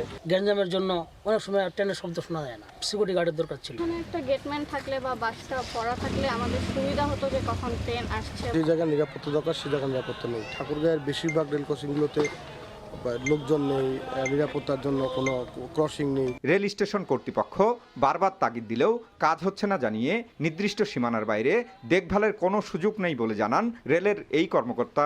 আউটার টু আউটারের মধ্যে কোনো গেট পড়ে থাকে, সেক্ষেত্রে রক্ষিত হোক অথবা অরক্ষিত হোক, এটা হচ্ছে আপনার ট্রাফিক ডিপার্টমেন্টের মধ্যে পড়ে। এর বাইরে যত গেট আছে সব ইঞ্জিনিয়ারিং সেকশন, সেটা রক্ষিত হতে পারে, অরক্ষিত হতে পারে। এগুলো আমরা দেখি না, এগুলো ইঞ্জিনিয়াররা দেখে। জেলায় অনুমোদিত 55টি রেল গেটের মধ্যে মাত্র 9টিতে রয়েছে সুরক্ষিত গেট ও গেটম্যান। বাকি 46টি এখনো অরক্ষিত। জিয়াউর রহমান বকুল, সময় সংবাদ, ঠাকুরগাঁও। প্রান্তিক জনগোষ্ঠী ও হতদরিদ্রদের জন্য সরকারের চলমান সামাজিক নিরাপত্তা কর্মসূচিতে ভাতা সুবিধা পান মাত্র 19% ক্ষুদ্র নৃগোষ্ঠী বাসিন্দা। এছাড়াও দেশে যেখানে জাতীয় দরিদ্রের হার 18.7%, সেখানে ক্ষুদ্র নৃগোষ্ঠী অধ্যুষিত সমতল এলাকায় সেটি 80%। টিআইবির এক গবেষণায় এমন তথ্য উঠে এসেছে। গবেষকদের মতে ক্ষুদ্র নৃগোষ্ঠীর জীবন মান উন্নয়নে সরকারকে টেকসই পরিকল্পনা গ্রহণ করতে হবে। তরিকুল ইসলামের ছবিতে নাজমুল ইসলাম নিশাতের রিপোর্ট। রংপুর নগরীর কুঠিপাড়া ক্ষুদ্র নৃগোষ্ঠী পল্লীর স্থায়ী বাসিন্দা পুনিয়া, জৌনি ও খুদুমণি পাহান বয়স 70-এর কাছাকাছি হলেও সরকারের সামাজিক নিরাপত্তা বেষ্টনীর আওতায় কোনো কর্মসূচির সুবিধা পান না সমতলের নারীরা। বয়স হয়েছে, এখন হাঁটতেও পারি না, খুব কষ্ট করে খাই। কোমরের বিষ, পাওয়ার বিষ, হাঁটবার পারি না, হাতের টাকা পয়সা না হলে কেমন করে খাই না। রংপুর বিভাগের বিভিন্ন জেলায় ছড়িয়ে ছিটিয়ে রয়েছে সাঁওতাল, ওরাও, মুন্ডা সহ বেশ কয়েকটি ক্ষুদ্র নৃগোষ্ঠী, যাদের একমাত্র পেশা এখন কৃষি শ্রমিক। সরকারের পর্যাপ্ত পৃষ্ঠপোষকতা না থাকায় দারিদ্রতার বলয় ভাঙতে পারছে না এসব সম্প্রদায়। আদিবাসীর মধ্যে স্কুল কলেজে যে একটু ছাড় দেবে বা আমাদের ভর্তির জন্য কিছু কম করবে, এগুলোর সুযোগ সুবিধা নাই আমাদের। মৌলিক যে অধিকারগুলো আছে আমাদের, বাসস্থান, শিক্ষা, চিকিৎসা, সব দিক থেকেই আমরা বৈষম্য শিকার। বয়স্ক ভাতা, তারপর উপবৃত্তি, তারপর মাতৃকালীন ভাতা, এই সমস্ত ভাতা থেকে তারা বঞ্চিত। সমতলের 22টি ও পাহাড়ের 7টি সহ মোট 29টি ক্ষুদ্র নৃগোষ্ঠীর উপর টিআইবির এক গবেষণায় উঠে আসে যোগ্যদের মধ্যে মাত্র 19% ক্ষুদ্র নৃগোষ্ঠীর মানুষ ভাতা সুবিধা পান। অন্যদিকে দেশে যেখানে জাতীয় দারিদ্র্যের হার 18.7%, সেখানে ক্ষুদ্র নৃগোষ্ঠী অধ্যুষিত সমতল এলাকায় সেই হার 80%। গবেষকদের মতে এসব সম্প্রদায়ের জীবনমান উন্নয়নে ভাতা সুবিধা নিশ্চিতের পাশাপাশি প্রয়োজন টেকসই পরিকল্পনা। একটা কর্মসংস্থানের ব্যবস্থা করতে হবে। সেই কর্মসংস্থানটা কিন্তু খুব সহজ। তাদেরকে যদি আমরা প্রশিক্ষণের আওতায় নিয়ে আসতে পারি এবং তাদের জন্য যদি আমরা কিছু সহজ শর্তে ঋণের ব্যবস্থা করতে পারি, তাদের কাজের মান যদি উন্নত করা যায়, সেগুলো কিন্তু বিদেশে রপ্তানি করে অর্থনৈতিক সমৃদ্ধি অর্জন করা সম্ভব। সমাজসেবা অধিদপ্তরের তথ্য বলছে রংপুর বিভাগে অনগ্রসর জনগোষ্ঠীর মাত্র ৪,২৫০ জন বয়স্ক কিংবা বিশেষ ভাতার আওতায় রয়েছেন। নাজমুল ইসলাম নিশাত, সময় সংবাদ, রংপুর। কুড়িগ্রামের ৪.৫ শতাধিক চরের বেশিরভাগেই নেই কোনো শিক্ষা প্রতিষ্ঠান। এতে প্রাথমিক শিক্ষার ন্যূনতম সুবিধা থেকে বঞ্চিত নদ নদী অভিবাহিকায় বসবাসকারী অধিকাংশ শিশু। বিদ্যালয় না থাকায় গৃহস্থলী কাজে জড়িয়ে পড়ছে তারা। স্বাধীনতার পর থেকে এই অবস্থা চলতে থাকলেও সরকারি পরিকল্পনার দিকে তাকিয়ে শিক্ষা বিভাগ। বাচ্চা সৈকতের তথ্য ও জামিল মিয়ার ছবি নিয়ে রিপোর্ট। হয়তো এই চিত্রটা অন্যরকমও হতে পারত। গবাদি পশু চরে দেখাশোনার পরিবর্তে বই খাতা নিয়ে এ সময় স্কুলে যেতে পারত এসব শিশু। চরে কোনো স্কুল না থাকায় অনেকটা বাধ্য হয়েই খেলাধুলা কিংবা গৃহস্থালী কাজ করেই কাটছে এদের মূল্যবান সময়। কুড়িগ্রাম সদর উপজেলায় ব্রহ্মপুত্রের চর কালীর আলগায় বসবাস করে প্রায় ৪০০ পরিবার। অথচ এই চরে সন্তানদের পড়ালেখার জন্য নেই কোনো শিক্ষা প্রতিষ্ঠান। নদী পাড়ি দিয়ে পার্শ্ববর্তী চরে যাওয়াও দুঃসাধ্য ব্যাপার। শুধু চর কালীর আলগাই নয়, ব্রহ্মপুত্র, ধরলা, তিস্তা ও দুধকুমারের অববাহিকায় ৪.৫ শতাধিক চরের মধ্যে প্রায় ২৫০ চরেই নেই কোনো প্রাথমিক বিদ্যালয়। তাই শিক্ষার আলো ছাড়াই বেড়ে উঠতে হচ্ছে এসব চরের শিশুদের। আমাদের এই জায়গায় বাচ্চা কাচ্চার কোনো লেখাপড়ার কোনো ব্যবস্থা নাই, একটা স্কুল নাই, একটা প্রাইমারি স্কুল পর্যন্ত নাই। আমাদের এসব কোনো স্কুল নাই, সেই জন্য আমরা পড়ালেখা করতে পারি না। গরু ছাগলের দেখাশোনা করি, বাড়ির দেখাশোনা করি। আমাদের এদিকে একটা স্কুল যদি হয়তো অনেক আমাদের উপকার হতো। চরে এত স্কুল নাই, আর যেগুলো স্কুল আছে সেগুলো চলে না, শিক্ষক যায় না, কোন রকম প্রক্সি টিচার দিয়ে চালায়। নদী ভাঙন আর অনুন্নত যোগাযোগ ব্যবস্থার কারণে চরাঞ্চলের এসব শিশুদের শিক্ষার আওতায় আনা সম্ভব হচ্ছে না বলে জানান জেলা প্রাথমিক শিক্ষা কর্মকর্তা। যে সমস্ত চরে স্কুল নেই, সেখানে যদি সরকার পরিকল্পনা নেয় স্কুল ঘর তৈরি করার জন্য, আমরা তাদেরকে সহযোগিতা করব। কুড়িগ্রামের প্রধান ৪টি নদ নদীর অববাহিকায় ৪.৫ শতাধিক চরের মধ্যে প্রাথমিক বিদ্যালয় রয়েছে মাত্র ২২৪টি চরে। সময় সংবাদ, কুড়িগ্রাম। ২০২০-২১ অর্থ বছরে নীলফামারীতে নির্মাণ করা হয় পানি পরীক্ষাগার। তবে এখনও কেন্দ্রটি চালু না হওয়ায় কোনো উপকারে আসছে না জেলাবাসীর। বাসিন্দারা বলছেন, এর কার্যক্রম চালু হলে পানির আর্সেনিক ও আয়রনের মাত্রা জানা যেত। আর সংশ্লিষ্ট দপ্তরের সঙ্গে আলোচনা করে পরীক্ষাগারটি চালুর আশ্বাস জেলা প্রশাসনের। মোহাম্মদ সোহেলের ছবিতে সাকির হোসেন বাদলের রিপোর্ট। তালাবদ্ধ পানি পরীক্ষা করার ভবন, অযত্নে নষ্ট হচ্ছে যন্ত্রাংশ, চারপাশে আবর্জনা। নীলফামারী জেলার ভূগর্ভস্থ পানির গুণগত মান পরীক্ষার জন্য একটি পরীক্ষাগার নির্মাণের কার্যাদেশ হয় ২০২০ সালে। ২০২১ সালে জনস্বাস্থ্য প্রকৌশল বিভাগ নির্মাণ করে পানি পরীক্ষাগার। তবে এখনো কেন্দ্রটি চালু না হওয়ায় কোনো উপকারই আসছে না জেলাবাসীর। বাসিন্দারা বলছেন, পানির মান পরীক্ষাগারের কথা বেশিরভাগ মানুষই জানে না। কার্যক্রম চালু হলে পানির আর্সেনিক ও আয়রনের মাত্রা জানা যেত। পানি খেয়ে আসলে কোনো শান্তি নাই, কারণ হলো আয়রন এবং সেই সাথে আর্সেনিক যুক্ত পানি। এই পানি দিয়ে গোসল করলে শরীরে নানা রকম রোগ আসে। আর পানি দেওয়ার রাস্তা পর্যন্ত লাল হয়ে থাকে, আর পানি খাইলে একটু বাসনা করে। নিরাপদ পানির প্রয়োজনের জন্য আমাদের যে নীলফামারীতে যে পানির পরীক্ষাগার আছে, শোধনাগার আছে, সেটা যেন অতি শীঘ্রই চালু হয়। এ নিয়ে কথা বলতে রাজি হননি জনস্বাস্থ্য প্রকৌশল বিভাগের কোনো কর্মকর্তা। তবে জেলা প্রশাসন বলছে, সংশ্লিষ্ট দপ্তরের সঙ্গে আলোচনা করে পরীক্ষাগারটি চালু করা হবে। প্রপারলি আমরা না জানি পানির কি কোয়ালিটি আমাদের, তাহলে তো আমাদের রোগশোক থেকে আমরা বেরোতে পারবো না। আমি সংশ্লিষ্ট কর্তৃপক্ষের সাথে কথা বলে চেষ্টা করব এটা যাতে রান করা যায়। জেলা প্রশাসনের তথ্য মতে ২০২০-২১ অর্থ বছরে নীলফামারীর পানি পরীক্ষাগার নির্মাণে ব্যয় হয় প্রায় ৫৩,৭৮,০০০ টাকা। সাকির হোসেন বাদল, সময় সংবাদ, নীলফামারী। মুন্সিগঞ্জে আগুনে পুড়ে গেছে একটি সমিল, তবে এ সময় কোনো হতাহতের ঘটনা ঘটেনি। গতরাতে সদর উপজেলার ৫০ এলাকায় জিসান সমিলে হঠাৎই আগুন লাগে। খবর পেয়ে ফায়ার সার্ভিসের ২টি ইউনিট প্রায় ১ ঘন্টার চেষ্টায় আগুন নিয়ন্ত্রণে আনে। তবে ততক্ষণে সমিলের বিভিন্ন মেশিন, কাঠসহ অন্যান্য মালামাল পুড়ে যায়।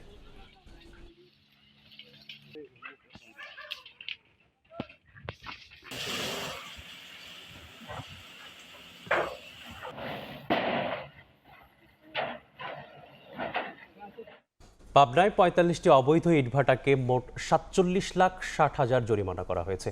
সোমবার দিনব্যাপী ঈশ্বরদী উপজেলায় অবৈধ ইটভাটায় অভিযান চালায় পরিবেশ অধিদপ্তর। তো এতে নেতৃত্ব দেন পরিবেশ অধিদপ্তরের রাজশাহী অঞ্চলের উপপরিচালক তাসমিনা খাতুন।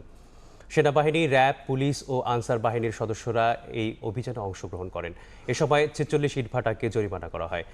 একটি অবৈধ ইটভাটা সম্পূর্ণভাবে ভেঙে দেওয়া হয়।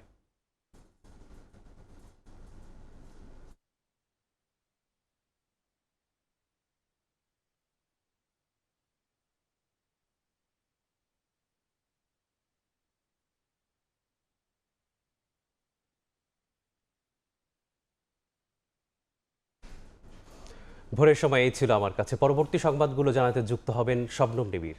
ধন্যবাদ মেজবা। পরবর্তী সংবাদগুলো নিয়ে ফিরছি কিছুক্ষণ পরই।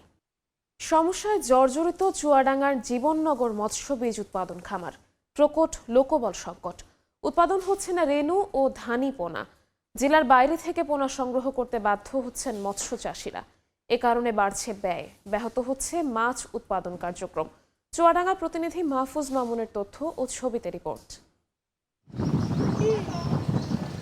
১৯৮১ সালে চুয়াডাঙ্গার জীবননগরে গড়ে তোলা হয় এই মৎস্য বীজ উৎপাদন খামার। উপজেলা চত্বরের সোয়া ৩ হেক্টর জমিতে রয়েছে ৫টি পুকুর, আবাসিক ও প্রশাসনিক ভবন, হ্যাচিং জার, গভীর নলকূপ সহ দরকারি সব অনুষঙ্গ।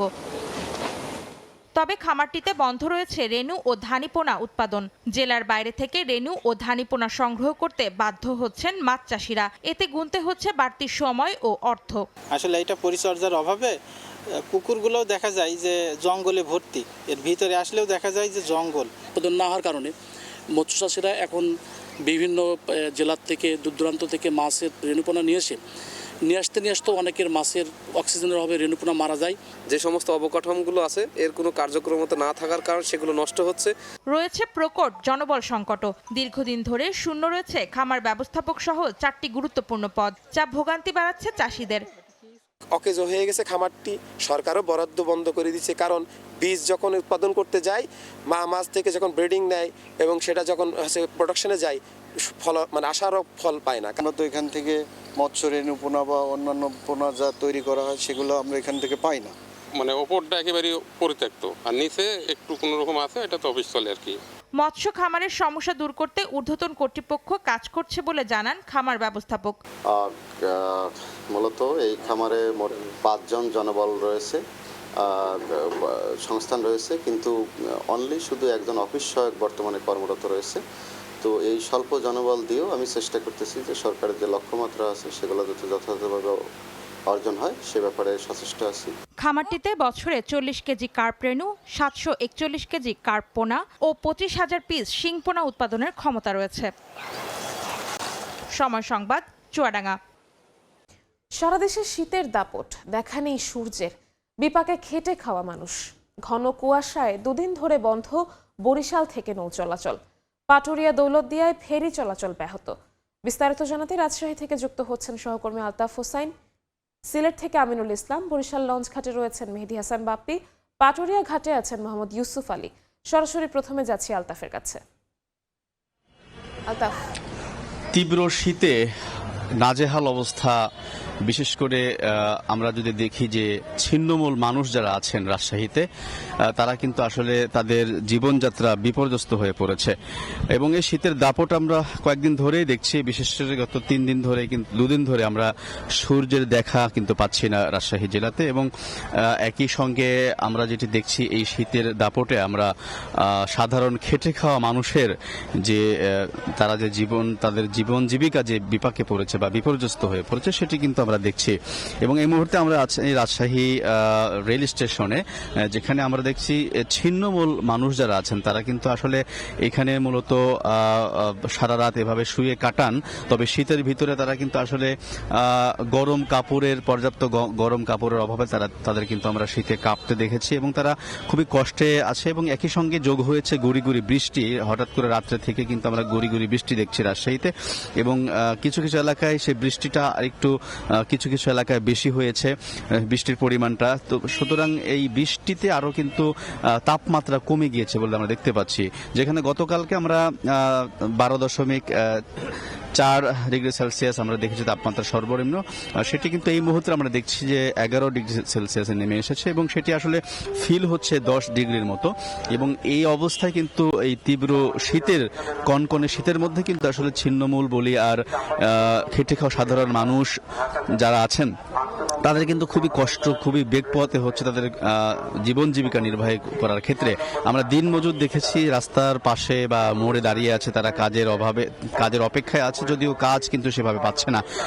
একই সঙ্গে কর্মজীবী মানুষ যারা আছেন তাদের কিন্তু খুব কষ্ট করে এই শীতের ভিতরে বের হতে হচ্ছে, কর্মস্থলে যেতে হচ্ছে। যদিও ভোরে এই অবস্থায় আমরা দেখছি যে রাস্তায় খুব বেশি মানুষ না থাকলেও রেল স্টেশনে আমরা দেখছি যে যাত্রী যারা আছে তারা কিন্তু আসছে, যদিও শীতের ভিতরে কষ্ট করেই তাদেরকে আসতে হচ্ছে। এবং একই সঙ্গে যদি বলি যে বিগত কয়েকদিন ধরেই এই তীব্র শীতের ফলে যেটি হয়েছে যে রাজশাহীতে গরম কাপড়ের যে চাহিদা সেটি বেড়েছে। আমরা দেখেছি মার্কেটগুলোতে কিন্তু উপচে পড়া ভিড় দেখেছি শীতের কাপড় কিনতে। তারা কিন্তু শীতের কাপড় কিন্তু কেনার জন্য তারা রাস্তায় বা ফুটপাথে অথবা মার্কেটগুলোতে ভিড় করছে। তো শীতের এই কনকনে শীতের খবর আমরা আরো জানবো সিলেটে, সেখানে আছেন আমিনুল ইসলাম আমাদের সহকর্মী।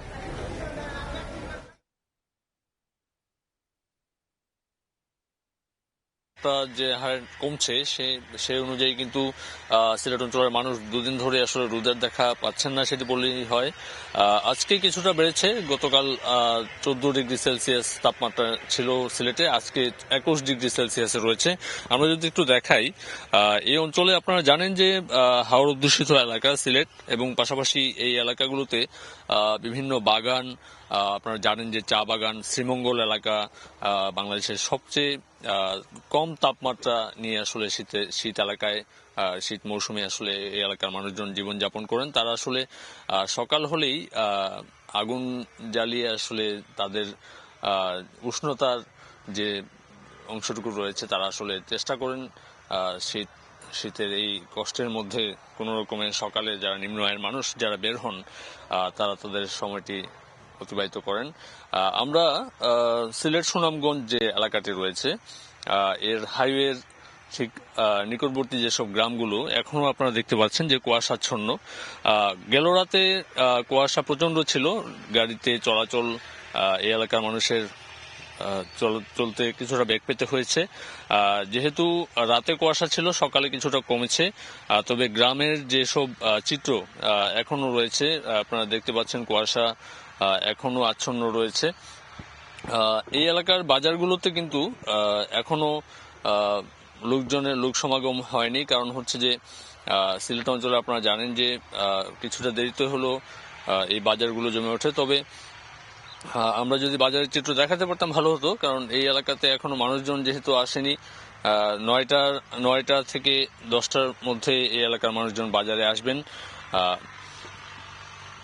এই এলাকার যেসব আপনারা জানেন যে এই মুহূর্তে কিন্তু দেখা যাচ্ছে যে ধানগুলো কেটে নেওয়া হয়েছে, সেই কারণে মাঠে কাজ করতে হচ্ছে না।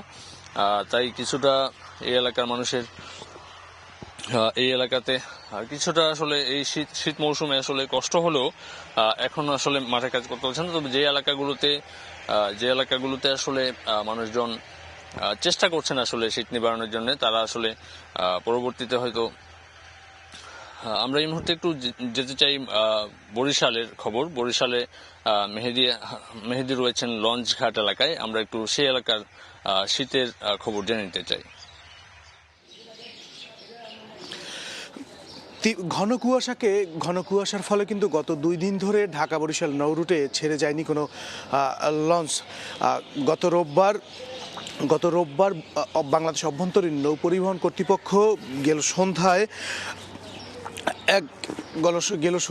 এক বিজ্ঞপ্তিতে দ্রুত জানিয়ে দেয় যে ঢাকাগামী যে লঞ্চগুলো ছিল তাদের যাত্রা বাতিল করে বাতিলের নির্দেশ দিয়ে দেয়। আমরা ঠিক এই মুহূর্তে রয়েছি ঢাকা বরিশাল যে লঞ্চ টার্মিনাল রয়েছে, বরিশাল লঞ্চ টার্মিনাল, আমরা ঠিক এই মুহূর্তে সেখানটিতে রয়েছি। প্রতিদিন সকালের যে চিরচেনা ব্যস্ততা সেটি কিন্তু আজ এখানে একদমই নেই।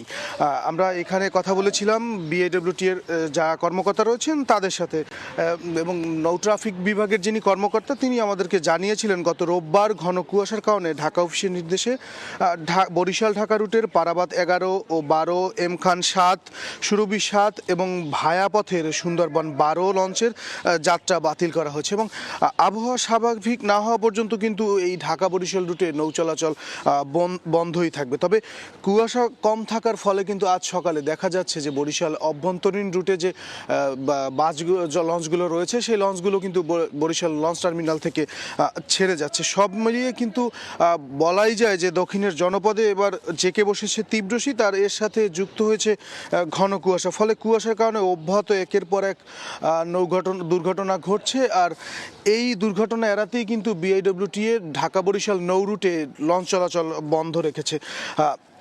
আমরা কথা বলেছিলাম যে এখানের যারা নদীকে কেন্দ্র করে যাদের আয়ের উৎস তাদের সাথে এই লঞ্চ চলাচল বন্ধ থাকার ফলে কিন্তু তাদের আয়ে কিন্তু বেশ একটা প্রভাব পড়েছে। এই ছিল আমার কাছে বরিশাল নদীবন্দর থেকে সর্বশেষ। তবে আমরা যাচ্ছি পাটুরিয়া ঘাটে রয়েছেন আমাদের সহকর্মী ইউসুফ আলী, আমরা সরাসরি যাচ্ছি তার কাছে। ধন্যবাদ। যে পাটুরিয়া ঘাটের অবস্থাও কিন্তু আপনি যে বলছিলেন যে কুয়াশার কারণে দুর্ঘটনা এড়ানোর জন্য বারবার ফেরি চলাচল বন্ধ হয়ে যাচ্ছে। আমাদের এখানে আপনি লঞ্চের কথা বলছিলেন, আমাদের এখানে ফেরিও কিন্তু ওই একই অবস্থা। তো এখন কিন্তু যে অবস্থা দেখা যাচ্ছে যে কুয়াশার মাত্রা অনেকটা কেটে গিয়েছে, যদিও হিমেলটা হাওয়া বোঝে এবং তীব্র কুয়াশা শীতে কিন্তু জনজীবন বিপর্যস্ত হয়ে পড়েছে। এছাড়াও কিন্তু পাটুরিয়া দৌলতদিয়া রোডে এবং আরিচা কাজিরহাট ও ধাওয়াপাড়া নাজিরগঞ্জ রুটে ফেরি চলাচলটা ব্যাহত হচ্ছে কয়েকদিন ধরেই। পদ্মা যমুনার তীরবর্তী মানিকগঞ্জ জেলাটা শীতের প্রকোপে স্থবির হয়ে পড়েছে জনজীবন। গত কয়েক দিন ধরে সূর্যের দেখা মিলছে না জেলা শহরটা আশপাশের এলাকায়। দিন রাতে 24 ঘন্টায় ঘুরি ঘুরি বৃষ্টি পড়ছে। দিনে বেশ সময় পর্যন্ত হেডলাইট জ্বালিয়ে সড়ক এবং মহাসড়কে চলছে যানবাহন। তীব্র শীতে মানুষ অতি প্রয়োজন ছাড়া ঘর থেকে বের হচ্ছে না। নিম্ন আয়ের মানুষগুলো কাজ হারিয়ে পড়েছে বিপাকে। ছিন্নমূল মানুষগুলো প্রচণ্ড শীত বস্ত্রের অভাবে মানবতার জীবনযাপন করছে। প্রচণ্ড শীত থাকায় কৃষক মাঠে কাজ করতে পারছে না, অর্থাৎ ব্যাহত হচ্ছে কৃষিকাজ। এমনটা অবস্থায় প্রচণ্ড শীতে নৌরোটেট শ্রমিক, যাত্রী ও ব্যবসায়ীরা দুর্ভোগে পোহাচ্ছেন। আমরা যানবাহনের শ্রমিকদের সাথে কথা বলেছি। যানবাহনের শ্রমিকরা বলছেন কুয়াশা একদম বৃষ্টির মতো ঝরছে, হাতে পা লেগে যাচ্ছে। আর ফেরি সহ অন্যান্য যানবাহনের সুগান মাস্টার সহ শ্রমিকদের সাথে আমরা কথা বলেছি। তারা বলছেন কুয়াশার মাত্রা কমে গেলেও হাড় কাঁপানো শীতে খুবই কষ্ট হচ্ছে। আর এই অঞ্চলেও কিন্তু খুব কম মানুষ আসলে আসছে এবং বের হচ্ছে। আপনারা দেখছেন কেরামত নামের একটি ফেরি নঙ্গর করছে এই পাটুরিয়া ঘাটের 3 নম্বর ঘাট এলাকাতে। সেটাও কিন্তু মানুষের ভিতরে যে ক্যাবিনের লোক রয়েছে তারা কিন্তু বের হচ্ছে না, কারণ হাড় কাঁপানো শীত। এই শীতটা কিন্তু যেরকম দেখা যাচ্ছে আসলে অনুভব করার বিষয়, কেঁপে আসছে প্রত্যেকটা শরীর, হাত পা চেপে যাচ্ছে। অর্থাৎ আমরা চিকিৎসকের সাথে কথা বলেছি, চিকিৎসকরা বলছেন যেহেতু এই যে প্রচণ্ড বা তীব্র শীতের কারণে হাত পা জমে যাচ্ছে, সবচাইতে বেশি কষ্ট হচ্ছে শিশু এবং বয়স্কদের। তাদের নিরাপদ এবং উষ্ণ জায়গায় থাকার জন্য তারা পরামর্শ দিচ্ছেন। পাটুরিয়া, দৌলতদিয়া, আরিচা, কাজিরহাট এবং ধাওয়াপাড়া নাজিরগঞ্জ রোডে ফেরি চলাচলটা এখন স্বাভাবিক থাকলেও দুর্ভোগ কিন্তু চরম আকার ধারণ করছে প্রচণ্ড শীতের কারণে। এই ছিল আমার কাছে পাটুরিয়া ঘাট থেকে সর্বশেষ তথ্য। আমরা সরাসরি যুক্ত ছিলাম পাটুরিয়াতে, তার আগে ছিলাম বরিশাল, সিলেট এবং রাজশাহীতে। রাশিয়া ইউক্রেন শান্তি আলোচনার মধ্যেই নতুন করে উত্তেজনা দেখা দিয়েছে। পুতিনের বাসভবনে ইউক্রেনীয় বাহিনী ড্রোন হামলা চালিয়েছে বলে অভিযোগ করেছে মস্কো। কিয়েভ বলছে সবই রাশিয়ার মিথ্যাচার, শান্তি প্রক্রিয়া ভাঙার অজুহাত মাত্র। যদিও এতে বেশ ক্ষুব্ধ মার্কিন প্রেসিডেন্ট ডোনাল্ড ট্রাম্প। এই ঘটনায় আলোচনার অবস্থান পুনর্বিবেচনার হুঁশিয়ারি দিয়েছে রাশিয়া। স্থানীয় সময় সোমবার রুশ প্রেসিডেন্ট পুতিনের বাসভবন লক্ষ্য করে ইউক্রেন প্রায় 100টি হামলা চালিয়েছে বলে দাবি মস্কোর। রাশিয়ার উত্তর পশ্চিম নভগরদ অঞ্চলে অবস্থিত বাসভবনে ছোড়া ড্রোনগুলো ভূপাতিতের দাবি করেছেন দেশটির পররাষ্ট্রমন্ত্রী সের্গেই ল্যাভরভ। যদিও এতে কোনো হতাহত কিংবা ক্ষয়ক্ষতির তথ্য দেয়নি মস্কো। ক্রেমলিন জানায় এই হামলার পর শান্তি আলোচনায় রাশিয়ার অবস্থান নতুন করে পর্যালোচনা করা হবে। পুতিন ট্রাম্প ফোন আলাপে বিষয়টি উঠে আসে বলে নিশ্চিত করেন উপদেষ্টা ইউরি উশাকভ। বলেন, হামলার খবর শুনে হতবাক ও ক্ষুব্ধ হয়েছেন ট্রাম্প। এমনকি ফ্লোরিডায় নেতানিয়াহুর সঙ্গে বৈঠকের সময় ট্রাম্প ক্ষোভ প্রকাশ করেন। যদিও এটিকে সম্পূর্ণ সাজানো গল্প হিসেবে অভিহিত করে অভিযোগ অস্বীকার করেছেন ইউক্রেনের প্রেসিডেন্ট ভলোদিমির জেলেনস্কি। তার দাবি, শান্তি আলোচনায় অগ্রগতি নষ্ট করতে এই অভিযোগ প্রতিপক্ষের। ইউক্রেনের পররাষ্ট্রমন্ত্রীও একে রাশিয়ার চিরাচরিত কৌশল হিসেবে উল্লেখ করেন। এই বিতর্কের মধ্যেই যুক্তরাষ্ট্র বলছে ইউক্রেন যুদ্ধবন্ধে চুক্তি প্রায় 95% সম্পন্ন হয়েছে। তবে ভূমি নিয়ন্ত্রণ ও জাপোরিঝিয়া পারমাণবিক কেন্দ্র এখনও আলোচনায় বড় বাধা হয়ে দাঁড়িয়েছে। রাশিয়া জানায় তারা শান্তি আলোচনা ছাড়বে না, তবে কড়া জবাবের হুঁশিয়ারিও দিয়েছে মস্কো। এদিকে দুই দেশের সেনাদের সম্মুখ যুদ্ধের মধ্যে মরার উপর খাড়ার ঘা হয়ে উঠেছে তীব্র তুষারপাত। পোক্রোভস্ক অঞ্চল ঢেকে গেছে তুষারে। এর মধ্যে পাল্টাপাল্টি হামলা চলছেই। ইউক্রেনের দাবি, সোমবার পোক্রোভস্কে 28টি হামলা চালিয়েছে রাশিয়া। নাদিম মারজান, সময় সংবাদ। ভারতের বড় শহরগুলো নানা সমস্যায় জর্জরিত হয়ে বসবাসের অযোগ্য হয়ে পড়ছে। ব্রিটিশ গণমাধ্যম বিবিসির প্রতিবেদনে উঠে এসেছে এই তথ্য। নির্দিষ্ট শাসন কাঠামোর অভাবকেই এই পরিস্থিতির জন্য দায়ী করছেন বিশ্লেষকরা। রাস্তার ধারে গৃহস্থলীর জমে থাকা ময়লা, দেয়ালে পানির পিক আর দূষিত বাতাস। বর্তমানে ভারতের পর্যটন শহরগুলোর চিত্র এমনই। গৌরবময় ঐতিহ্যের জন্য পরিচিত দেশটির সৌন্দর্য রক্ষার প্রতি উদাসীন হয়ে পড়েছেন বাসিন্দারা। নজর দিচ্ছে না প্রশাসনও। এমন তথ্য উঠে এসেছে ব্রিটিশ গণমাধ্যম বিবিসির প্রতিবেদনে। রাজকীয় প্রাসাদের জন্য পরিচিত জয়পুর হোক, প্রযুক্তির জন্য বেঙ্গালুরু বা স্বপ্নের শহর মুম্বাই, সব কয়টি বসবাসের অযোগ্য হয়ে পড়েছে বলে দাবি করা হয়েছে প্রতিবেদনে। রাজস্থানের শতাব্দী প্রাচীন প্রাসাদের দেয়ালে দেখা যাচ্ছে পানির পিক। বেঙ্গালুরুর ব্যস্ত রাস্তাগুলোয় যানজটে নাজেহাল বাসিন্দারা। রাস্তার ধারে ময়লার স্তূপ জমে পরিবেশেরও 12টা বাজছে। মুম্বাইয়ের পথে পাড়ি দিতে গেলে হোঁচট খেতে হয় রাস্তার মাঝখানে শত শত গর্তে। বর্ষার মৌসুমে জমে থাকা পানির সঙ্গে পয়ঃনিষ্কাশন লাইনের আবর্জনা মিশে তা পরিণত হয় বাসিন্দাদের দুঃস্বপ্নে।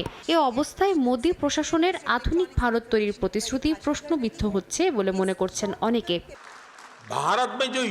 অনেকের প্রশ্ন, বিজেপি সরকার যখন দেশে বিশ্বমানের বিমানবন্দর, বড় বড় মহাসড়ক, মেট্রো রেল তৈরির মতো পদক্ষেপ নিচ্ছে, তখন এই সাধারণ সমস্যা সমাধানের দিকে কারো দৃষ্টি নেই কেন? বিশেষজ্ঞরা বলছেন এর পেছনে মূল কারণ বড় শহরগুলোর জন্য নির্দিষ্ট শাসন কাঠামোর অভাব। তাদের দাবি, যখন রাষ্ট্র হিসেবে ভারতের সংবিধান তৈরি হচ্ছিল, তখন বড় শহরগুলোর এত দ্রুত আধুনিকায়ন হবে তা ধারণার বাইরে ছিল। তাই এর রক্ষণাবেক্ষণের জন্য প্রয়োজনীয় অবকাঠামো তৈরি করা হয়নি, যা বর্তমান পরিস্থিতিতে অত্যন্ত জরুরি হয়ে পড়েছে। সাদিয়া তাসনিম, সময় সংবাদ। স্পেনের পিরেনিস পর্বতমালায় ভয়াবহ তুষারধস হয়েছে। ক্রস কান্ট্রি স্কিইং করতে গিয়ে প্রাণ গেছে অন্তত 3 জনের। ঘটনাটি ঘটেছে পান্তিকোসা স্কি রিসর্টের কাছে।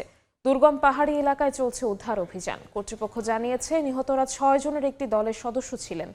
তারা পান্তিকোসা এলাকায় স্কিইং করার সময় হঠাৎ তুষারধসের মুখে পড়েন। ঘটনাস্থলে 3 জন মারা যান, 1 জন আহত হন। দলের বাকি 2 জন কোনোভাবে বেঁচে গিয়ে সাহায্যের জন্য খবর দেন। উদ্ধার কাজে ব্যবহার করা হয় হেলিকপ্টার। পাহাড়ি এলাকায় তুষারধসের ঝুঁকি নিয়ে সতর্কতা জারি করেছে কর্তৃপক্ষ।